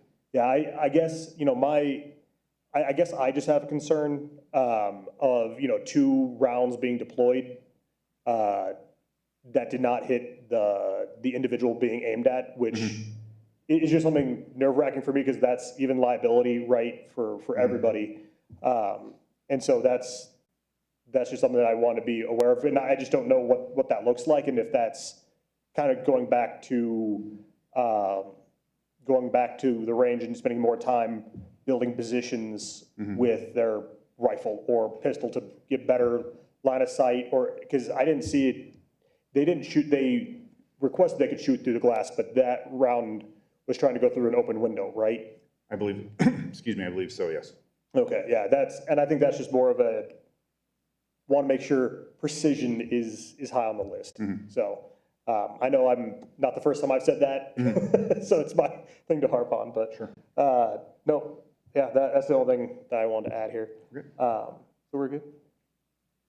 All right.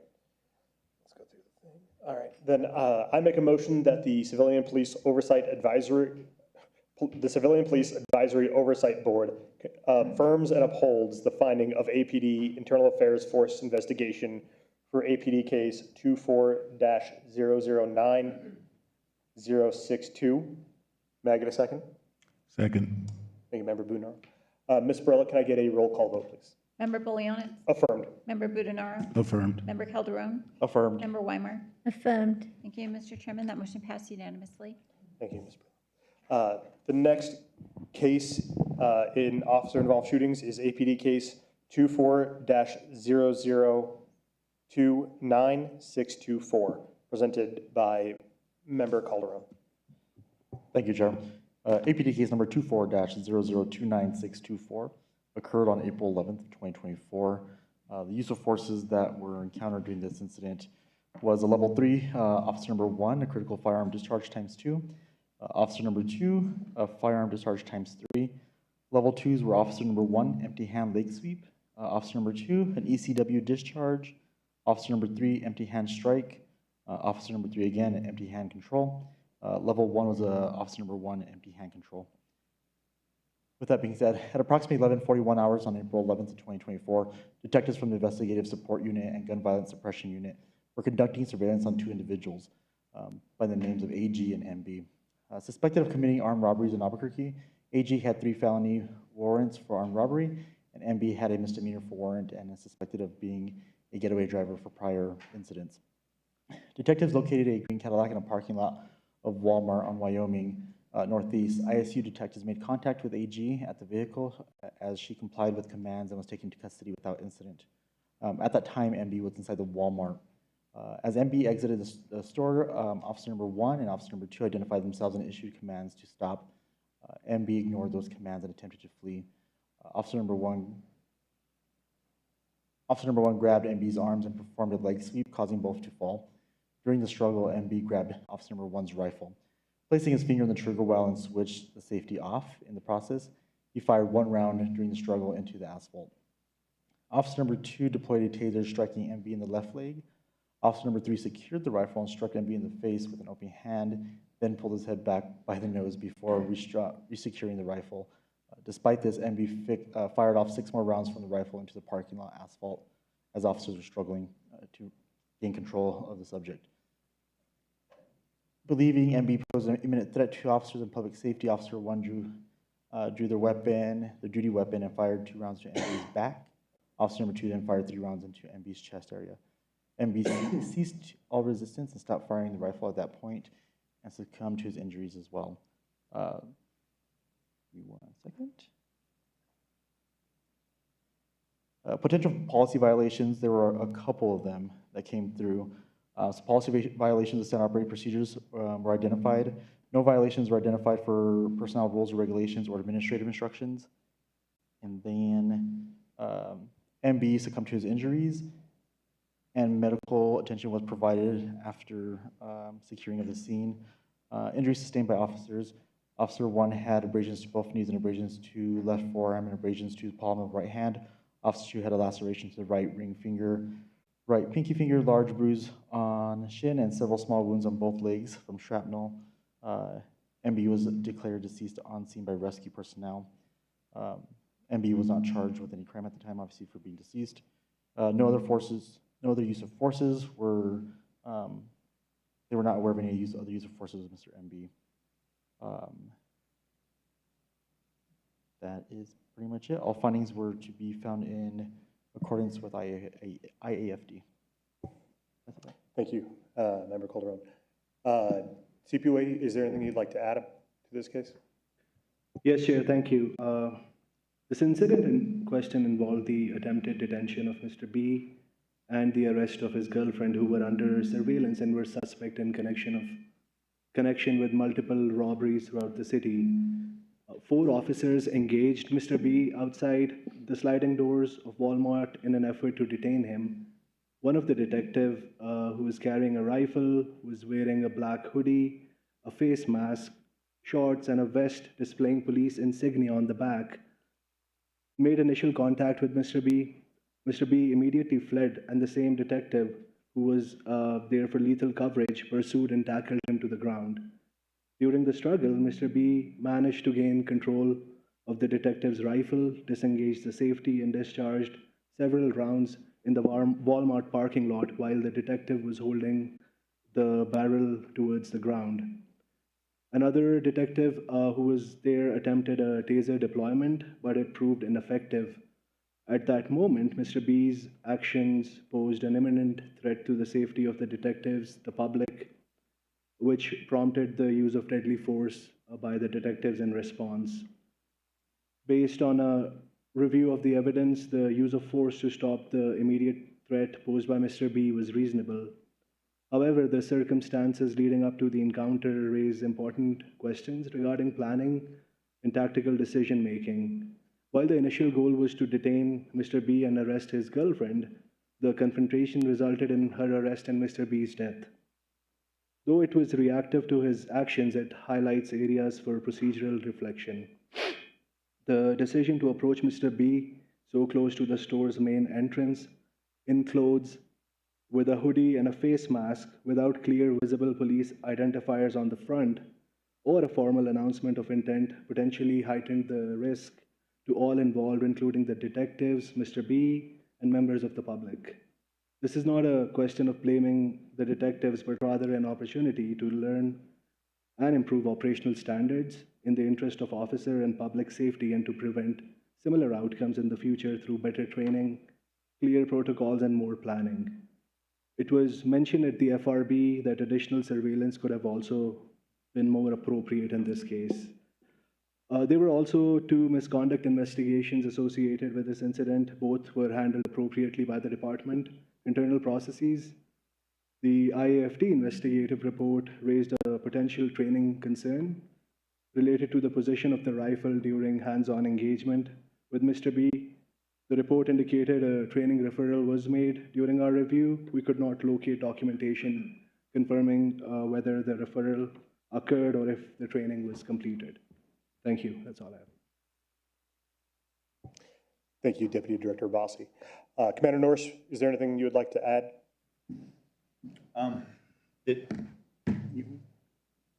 Those issues that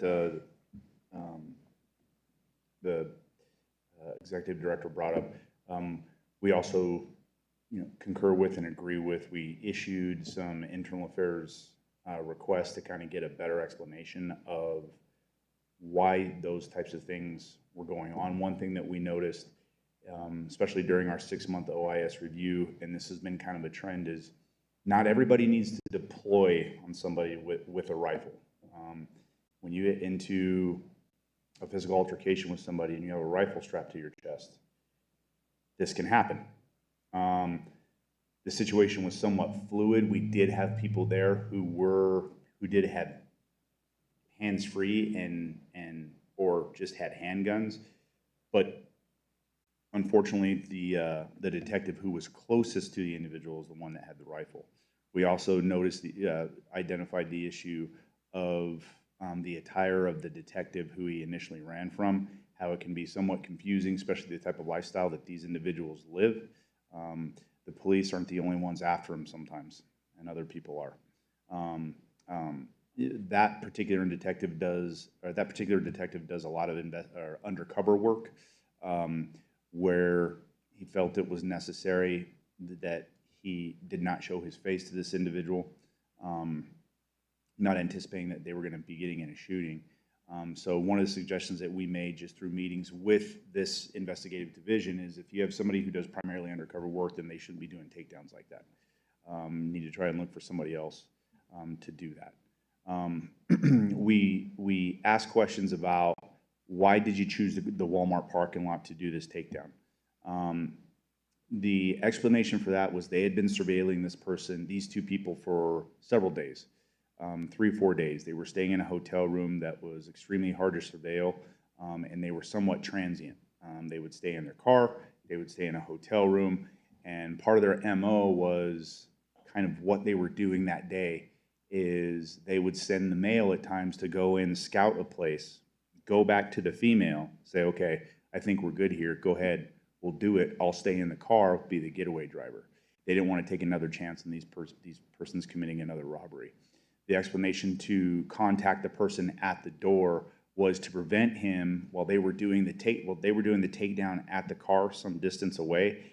They did not want to have their backs towards a person that was coming towards them, possibly trying to intervene in that takedown. So they put a takedown, basically a takedown team right at the door. They did that in close proximity because they wanted to try to minimize the length of the foot chase that they possibly had should this guy start running. And then next thing you know, you're in crossfire situations with even more citizens and with possibly officers. So they did give an explanation as to why they did what they did, steps leading up to that. We did file those IARs on some of the supervision there because we did have a supervisor that kind of said, okay, this is probably the best place. But some recommendations came out of that FRB, and conversations and training were had with that division, the inter-division training, to see what would be a better approach should that situation present itself again. Thank you, Commander. Sure. Any questions? Yeah, that actually was very.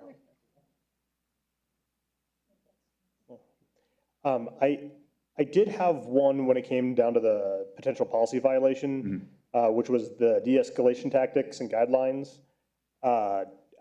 You might have answered it, but I don't know if I registered in my noodle today. Sure.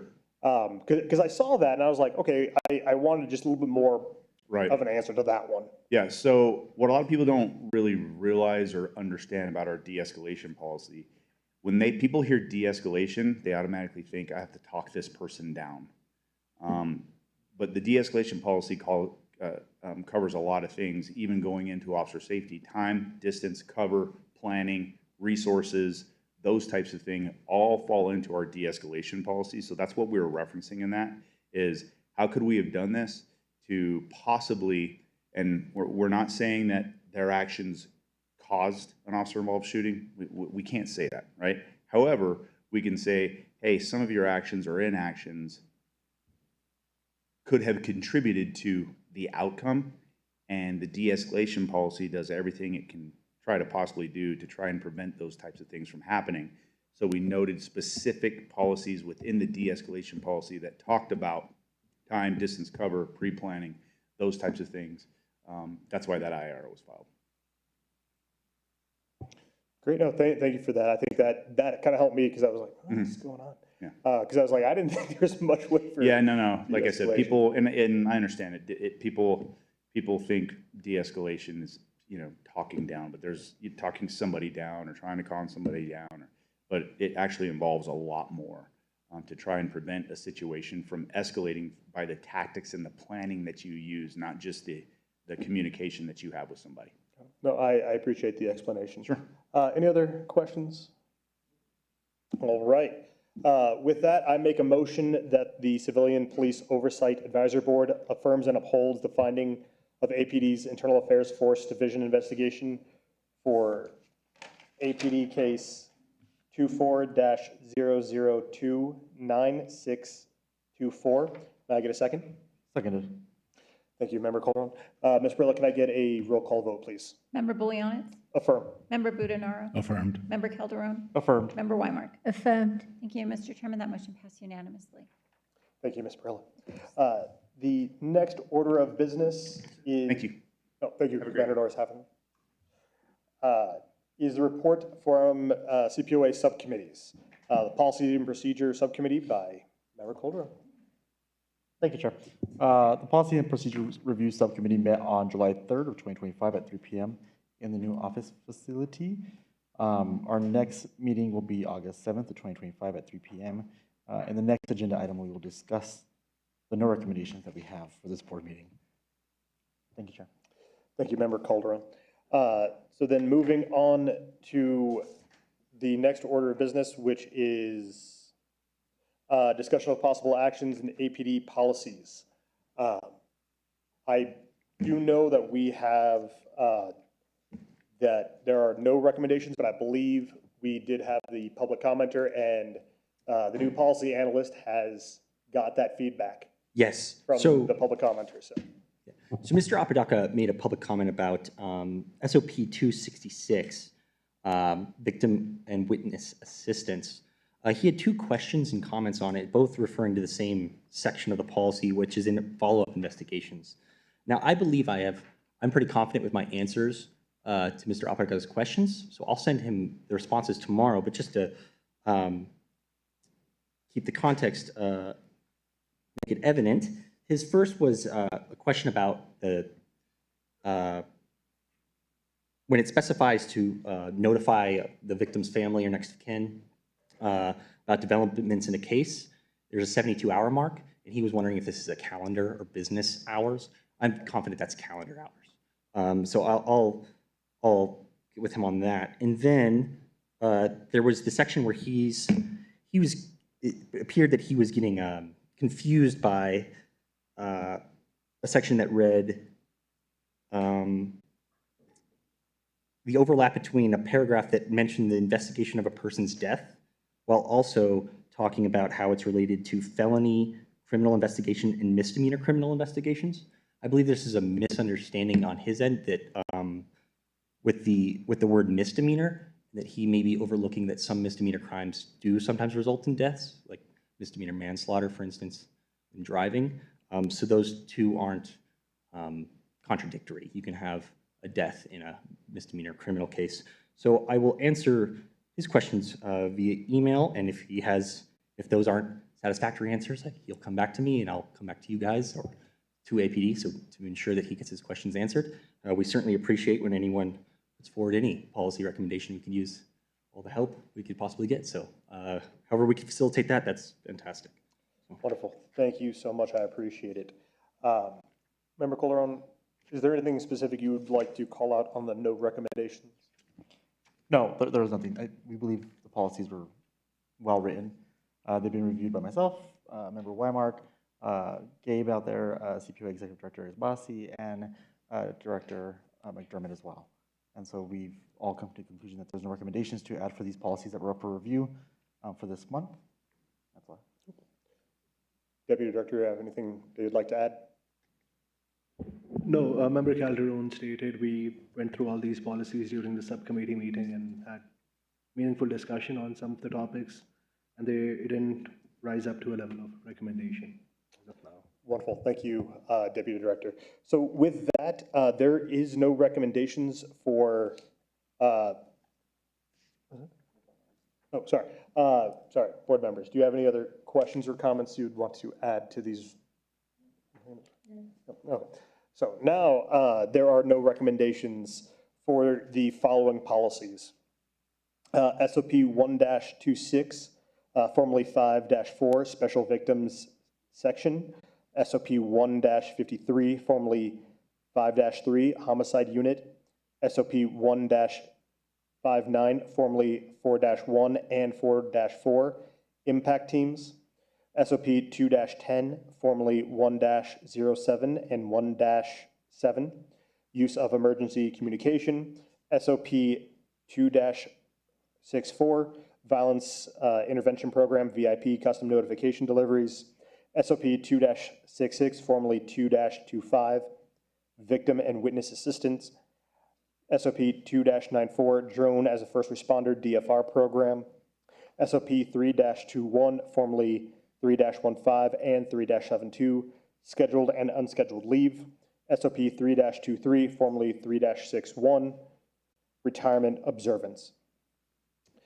With that, we will move on to the next order of business is APD responses to policy recommendations. Executive Director McDermott. I'm going to turn that over to the policy. Okay, yay. Back to Gabe. Yes, we have a handful of policy responses this month. Can I just run through them, and you can feel free to interrupt me if at any point if I'm not making sense or if you have any questions. So I'll pause after each one to potentially discuss it. Starting with SOP 11, Personal Code of Conduct. So we made two rather similar, or in the vein of similar recommendations, aimed at reducing the amount of sustained violations by APD employees and allegations about potential policy violations. The first had to do with the definition of insubordination within 1.1 and how potentially the vagueness of the definition was leading to supervisors creating investigation requests based off of incidents or interactions that IAPS or aren't typically viewed as insubordination. The second one had to do with a policy directive about derogatory and insulting remarks. And this one has, we discovered that, or we noticed a pattern of both the CPOA and IAPS flagging employees for violations, even when, for this policy, even when outside of the presence or hearing of the person that the remarks or comments are made at. And this is because they're picked up on OBRD, and therefore they're still flagged. So we made two recommendations to try to really tighten up the language of those policy directives to try to write out some of these potential allegations or violations, but APD did not concur. On the first, they said, in response to the definition of insubordination, no changes were made to the definition of insubordination. The current definition aligns with the formal legal understanding of the term, and IAPS retains the authority and discretion to determine the appropriate SOP violation when evaluating specific incidents. Refinement is not necessary at this time. In regard to the second one, in the policy of derogatory and insulting remarks, this recommendation is not concurred with, and no change has been made to policy. The purpose of policy is to provide a clear overview of expected conduct versus a list of exceptions or caveats that may be preemptively address specific defenses raised during investigations. The policy is intended to establish and uphold behavioral standards towards any person. So in PNP discussion, we talked about how these two policies were very much put forward in the interest of APD. And if APD doesn't want to accept them, then that is well within their power. It's not something that we're really wanted. We kind of did it in an effort to try to benefit them. If they don't see it that way, that's totally fine. But we did discuss how in future events like this, especially concerning discipline, we could try to coordinate more directly straight with IAPS. So that way, if it's a serious recommendation, we can come forward. If there's agreement and coordination between the two parties, we can come forward with a single voice and potentially get more done when it comes to individual policies in that regard. So, questions on that one? I'll keep moving. SOP 152, Homeland Security Unit. So this recommendation was submitted on back in March. It was responded to by APD back in March as well, but it was not received by CPO until the end of last month. Apparently, it got lost in the mix. But the recommendation had to do with this policy perhaps encroaching on the responsibility and role of the Office of Emergency Management. They replied to our recommendations about particular distinctions that could be made by saying this policy is for the Albuquerque Police Department. As such, it refers to sworn response. The Office of Emergency Management's primary function is to provide planning, support, and resources. This policy does not encroach on their mission or responsibilities. So it's just a flat-out disagreement with our interpretation of the policy. So moving forward, one thing we discussed in the subcommittee meeting is to have OEM specifically, if they have the incentive and the want to contact APD, they could do that directly and they may have a stronger voice in the matter than we do.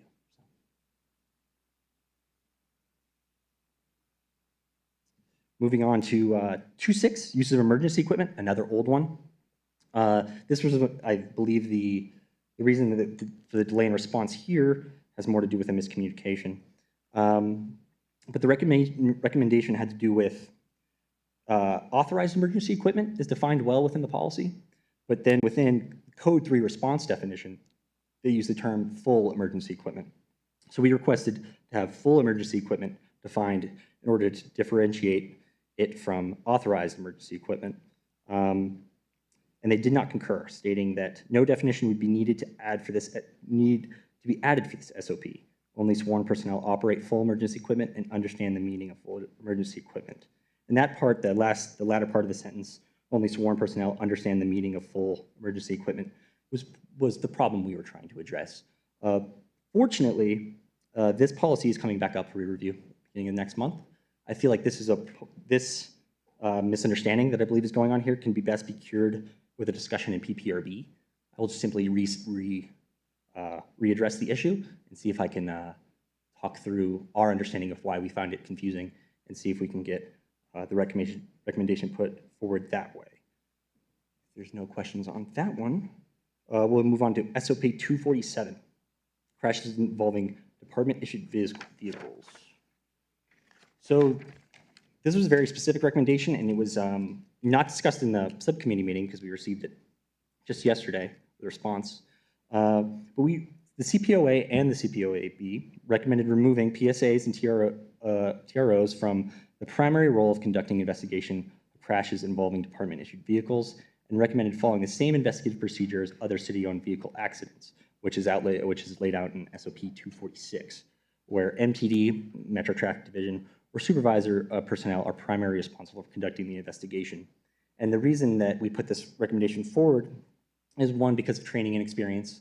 PSAs and TROs may not have the experience and the training of a sworn officer, and that may lead to liability and complaint concerns, as well as there's the issue of the conflict of interest here. The primary investigator or filling out the report is someone who may not have the authority or seniority of who they are investigating, which is another concern to take into account.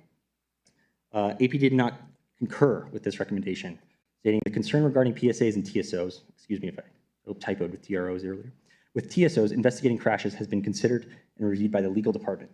No issues regarding liability or conflict of interest were identified by the legal department. They approve of PSAs and TSOs conducting these crash investigations. PSAs and TSO training is not limited compared to the basic training for sworn officers, and they are required to complete the crash investigation and report according to the same DOT standards. A supervisor does respond to these crashes and is involved with the investigation to include ensuring that it is completed thoroughly and correctly. The supervisor also reviews the crash report for approval. And then they go on to kind of spin the recommendation on me here when it comes to the conflict that we brought up between 247 and 246.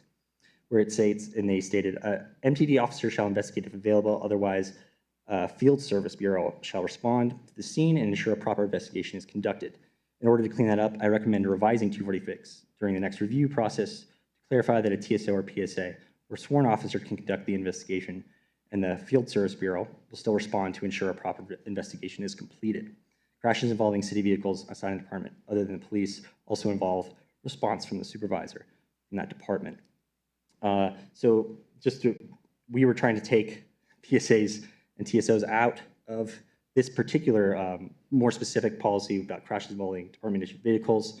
And we pointed out how it conflicted with 246 because 246 had explicit directives to call MTD or FSB to any crash that had a city-owned vehicle. And of course, department-issued vehicles fall under the larger umbrella of city-owned.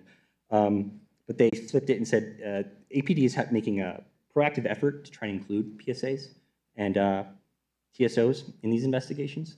And they say that as a manpower and practical training as their incentive for that.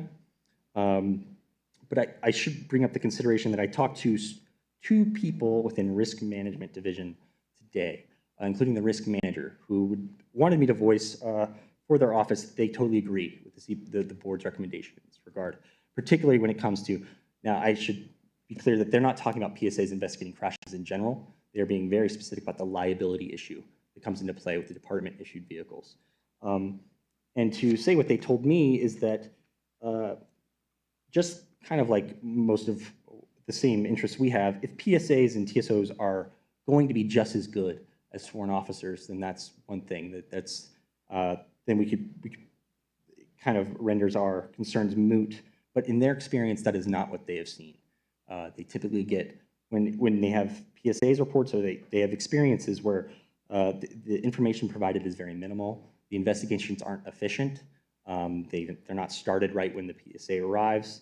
And there's also additional considerations about how if the PSA is completing the report, there's potential that they may be the ones that are eventually deposed in court, and if that's something that APD really wants. So I voiced these concerns for risk management just to let you guys know. So if you were still passionate or had incentive to put this recommendation forward again or argue against it, you could have their voice with you. Otherwise, if we want to leave it as the rejection as it is, I will reach back out to risk management and say that they would have to do it on their own volition. Let's take a second here and think about it. I am of the opinion, of course I am, that we should at least, like, I don't know if replying back to say to the chief, to say, no, it's, hey, maybe we should get the policy owner of 2-47, 2-46 in the room with the risk management division, right? Because that's really what the issue is, right? To have that conversation. And I don't know if that's worth a letter back to the chief or not. Right. And I think that's really the question, right? Because this is risk mitigation management division, that they're saying, hey, actually, we found like the report quality is not as good, and then they're also at risk of going to litigation and be part of that.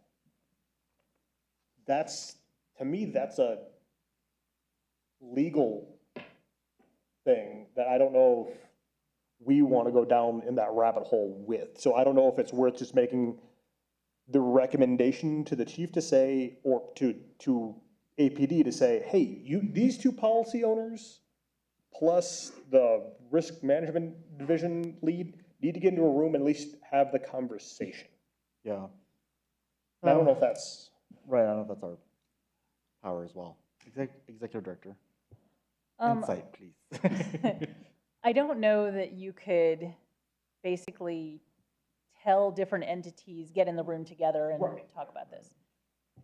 If you want to take it further, I would suggest that you basically reinforce this recommendation that you have, and we would then cite in that recommendation that, hey, it's not just the CPOA and it's not just the CPOAB, but it's also the risk management who see this as a concern, and here's why, and then lay out much of what we already have here as the justification, and perhaps there's even a couple of other things that we would bolster or add to it. But I think that would be the direction that you would need to go, is just the way the ordinance says, which is make your policy recommendation. If it's rejected, you make it to the chief and you kind of, lay out your argument and list out that there's not just us here, it's actually claims that are, risk that's also interested, as opposed to, hey, you all need to talk more. Right. Yeah. So,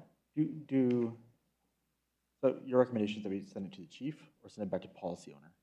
well, I think the policy owner is already, made Has the weighed in decision. and said So, no. and in this case, because you're dealing with an on-cycle policy and an off-cycle policy, whereas your process to approach to the chief can basically be both. So I think that in my opinion, the next step would be to go ahead and write the memo to the chief addressing both policies, discussing the conflict, discussing the concerns, and that way you're doing it in the right way and the direct way that it says in the ordinance, rather than trying to do one that's on cycle, one that's off cycle, and so that would be my recommendation. Cool, thank you. I agree with that. Based on the information that we got from risk management as well and their insight, I think it has to be reviewed, and at least at a minimum, we brought it to your attention. Yeah, right? And what you do with it at that point is what you do. Yeah. But we brought it to your attention. It's a risk management issue, and it could be a liability, right? If you want to sign the check that says yes to that liability, you're more than welcome to. But you're aware of it prior. And we're at least we're doing, as far as, and this is, I'm going to go legal here, is we have legal counsel here saying, yes, they did bring this up, talk about it, and then forward it to the power that they could, aka the chief. And then we're doing our due diligence. I agree. So I think that's very, very fair. Member Weimark, Member Budenaro, do you concur? Disagree? Okay. So yeah, let's go ahead and raise this one up to. I make a motion. Fine. I make a motion that we actually do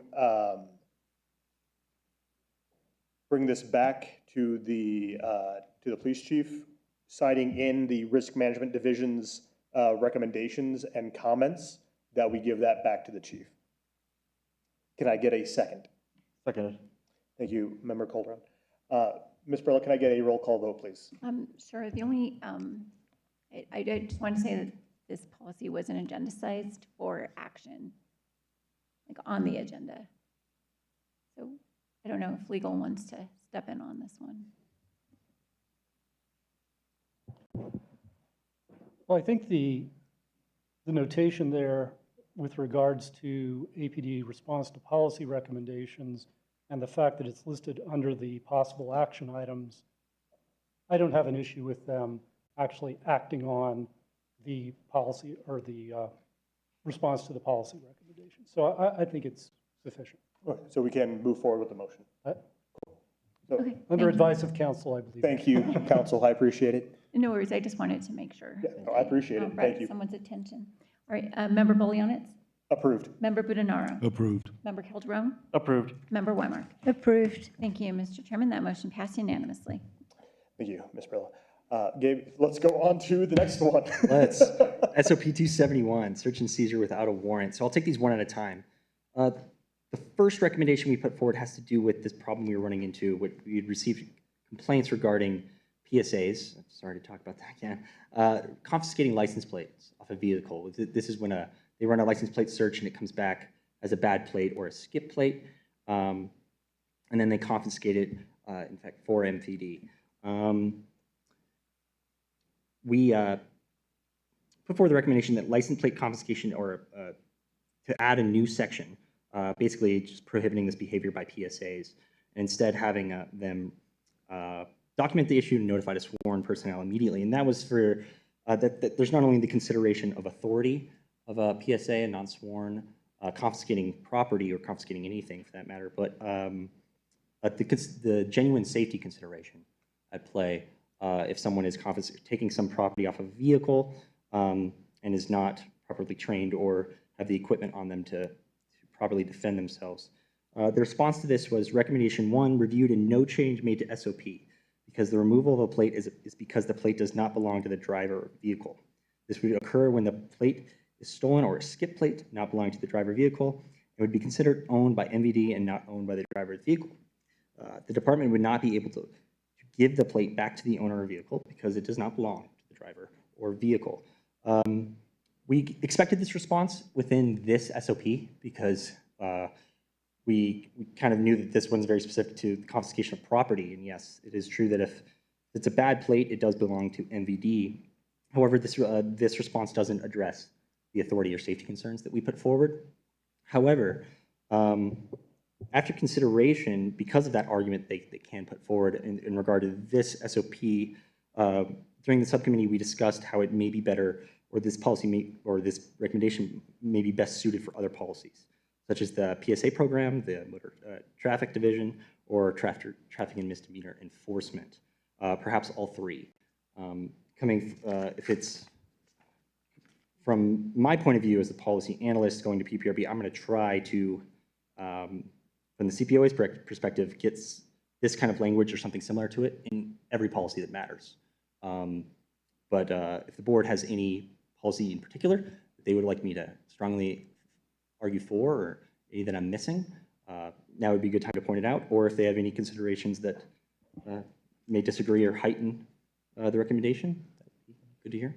Yeah, let me, I actually have a anecdotal comment to actually this due to my last ride-along, which I find kind of entertaining, is that we actually had a couple of officers and some sergeants kind of talk about a PSA who would confiscate the license plates off of vehicles. He was renowned for that, and these officers too were also indicating, they're like, hey, you should probably not do that for your own safety, because if someone's there, there could be an altercation. So that nothing, so I agree with, you know, it's not their property, it's MVD's, but it is, I think, should go into those, at least those three of the PSA program, MTD and traffic enforcement around PSA safety. Because I think even officers outside of this indicated concern for a PSA safety who is known for removing license plates. So I think this is just, you know, my anecdotal experience of my ride along filling in. The one thing I should mention is if we want to prioritize it. If we wanted to not wait for the review process to come along, we could go an off-cycle means of recommending this. Right, that's where we're at with it. The thought process now is that maybe it doesn't necessarily apply best in this policy, and we put it actually in the PSA policy when that comes up. And that's kind of where we agreed on at the end of our subcommittee.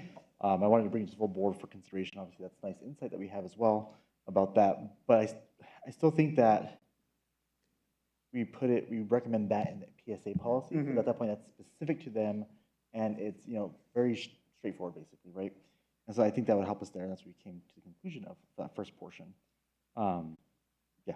Yeah, I think you're right that it should be in the PSA. I'm worried that if we put it just there, they'll just be like, well, you know, it's not you shouldn't call that as a don't. I don't know, but at least this is something we need to kind of keep in line, this response. Yeah. Back, so when we get pushed back again, we go, okay, where do we want to put it then? And we also documented in our notes, and yeah. Thank you to Ms. Barella, to keep track when we get to 178 and 195 and 240, to ensure that we try to bring that up there and then for our meeting. So yeah. What do you guys, did you guys talk about trying to bring it out a cycle or leave it till while it comes up? They're actually coming up relatively soon, if I remember correctly. I can't remember either. Yeah, I would have to look. And the schedule is on some policies is slightly behind as well. Yeah. So Deputy Director Abbasi. Yeah, so I was just looking up the PSA policies coming back up for review in January 2026, and the Metro Traffic Division is coming up in September of this year. Okay. So a few months from now. So at least, you know, at least a policy around it is coming up in a few months. So yeah, I don't know, bringing it out of policy is as of right now, I worth think it. so. Yeah, okay, cool. Option 2 now. All right, so if you want to go on to option 2. Absolutely, yes. So yeah, recommendation number 2 was a simple one-word change from can into shall. This is to better align with the actual legal language used when considering the automobile exception in searches. So that's a good change. And the third one was my consideration, or largely written by me, the consideration regarding the new language of inventory and safekeeping searches. I'd be happy to review that if anybody wanted to hear about it. However, it's also tied into SOP 273, which we have not yet received a response on. The one thing to note about that consideration is that there was no specific recommendation made in it. I pointed out some some specific concerns I had, and there was a proactive response by APD that I appreciate, which is the consideration reviewed. An additional definition of safekeeping was added to clarify the difference between a vehicle inventory search of closed containers and closed containers held for safekeeping, which reads the act of securely holding, preserving, or protecting property or items of value by the department to ensure their integrity, prevent loss, maintain a clear chain of custody until they can be properly returned. Now that as mentioned, that's a great improvement to clarity. It doesn't resolve all of my concerns, especially because 273 is also involved. So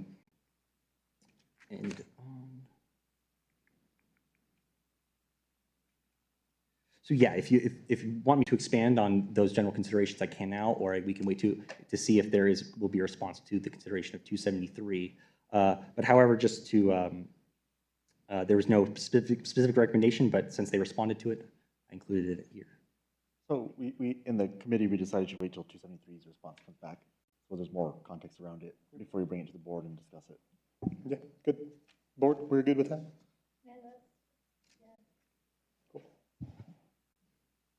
All right, moving on to SOP 2113, custom notification gun buyback program. This was, again, not a recommendation. This is also a question and a consideration. So I'll just read it. The CPOA and CPOA-B did not have a specific recommendation for 2113. However, we were curious to why there's no policy about the general procedures APD employs when participating in gun buyback programs. For instance, it could be useful to have an SOP that would outline the procedures and responsibilities of APD in events like this. And it would link to an event where APD was hosting, along with the New Mexicans against gun violence, I believe, hosting a gun buyback program. And we said that 2113 is a well-written policy, but is specific to victims of self-inflicted gunshot wounds. If APD is participating in gun buyback programs outside of this context, it should have a policy that defines the procedures and requirements for the personnel involved. In response, you said partially concur. We will take this into consideration. I think the recommendation is good and it's something we can look at. However, in reference to 2113, there are no changes to be made at this time. Also, the news story that is referenced was actually an outside organization that put on the event. We have many organizations reach out to have APD present at their events. We just can't create a policy every time this happens.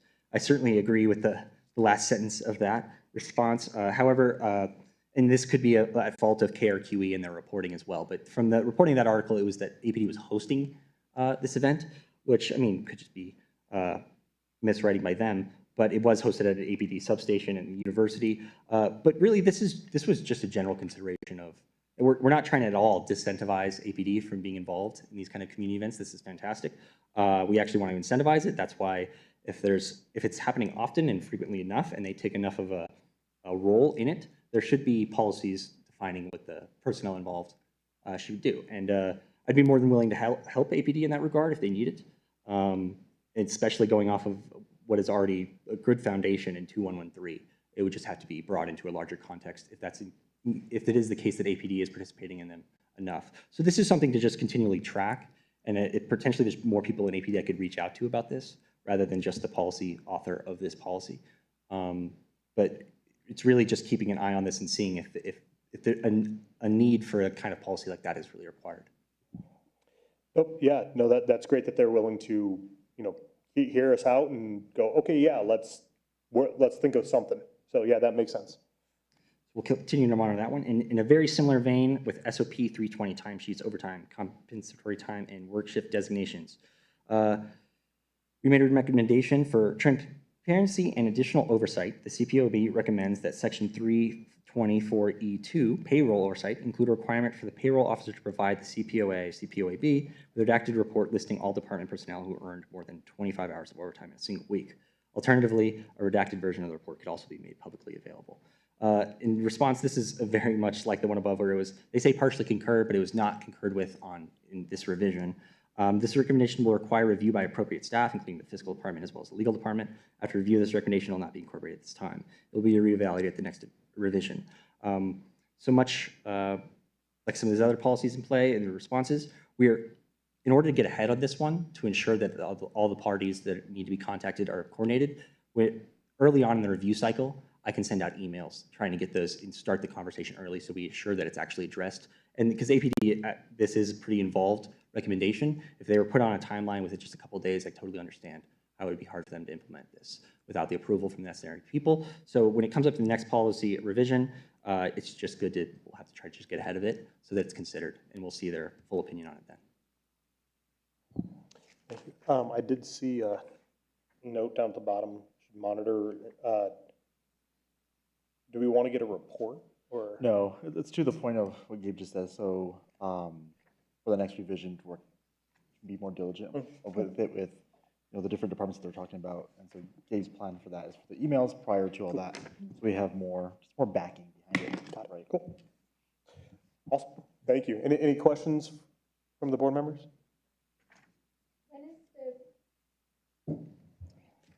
Is there a review due? Is it of this particular policy? When is it due? For 320, I believe when I was looking at the schedule, it was backdated. So it was like, it still had a date of like, if, I don't know if someone, if, yeah. Chair, Member Weimark, the policy will be coming up for review in July 2026 now. Okay, so it's a ways It's out. going to be a year out. A year. Thank you, Deputy Director. So just more context for that, probably, well before a month in advance, I would try to send out an email connecting those or trying to remind them about this recommendation so it's not put on the back burner and brought up at PPRP at the earliest, right? We'll try to get it out earlier. Cool. Perfect. Thank you so much. Thank you. Awesome. All right. So that concludes the APD response to policy recommendations. So the next order of business is the 2025 OMA resolution presented by the CPOA's and CPOAB's legal counsel. Thank you, Mr. Chair. What you have before you today is a resolution that would be designated R 2025-001, which pursuant to the State Open Meetings Act, it requires that any public bodies that are subject to the act do an annual determination as to what's going to constitute a reasonable notice with regards to its public meetings. The language that you have here is fairly standard language. Most of it is taken from the AG's guidebook with regards to the Open Meetings Act. And so I reviewed it. I made a few slight tweaks just because of the unique nature of the ordinance with regards to the requirement that subcommittees have to also comply with the Open Meetings Act. So I inserted some language with regards to that. So this is really very standard form. It is an annual requirement, and I would urge its adoption, but if you have any questions with regards to any of the language here, I'd be happy to address them. Thank you, Council. Board, do we have any questions for Council or about this resolution?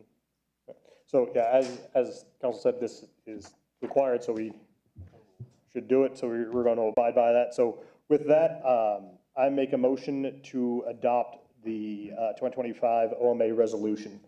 May I get a second? Seconded. Thank you, Member Colon. Ms. Barella, can I get a roll call vote, please? Member Bolianis? Affirm. Member Budenaro? Affirm. Member Calderon? Affirmed. Member Weimer? Affirmed. Thank you, Mr. Chairman. That motion passed unanimously. Thank you, Ms. Barella. With that, we'll move on to the next agenda item is other business. What is it? All right, so since there is no other business, we will move on to adjournment. The next regularly scheduled board meeting will be held Thursday, August 14th at 5 p.m. here in the auditorium. So, sorry, in the chamber. I don't know why I said auditorium, just the chambers. I'm going to find. Do I need to make a motion to adjourn? No. All right, so we are adjourned at 8:45 p.m. Thank you all so much and have a great rest of your evening.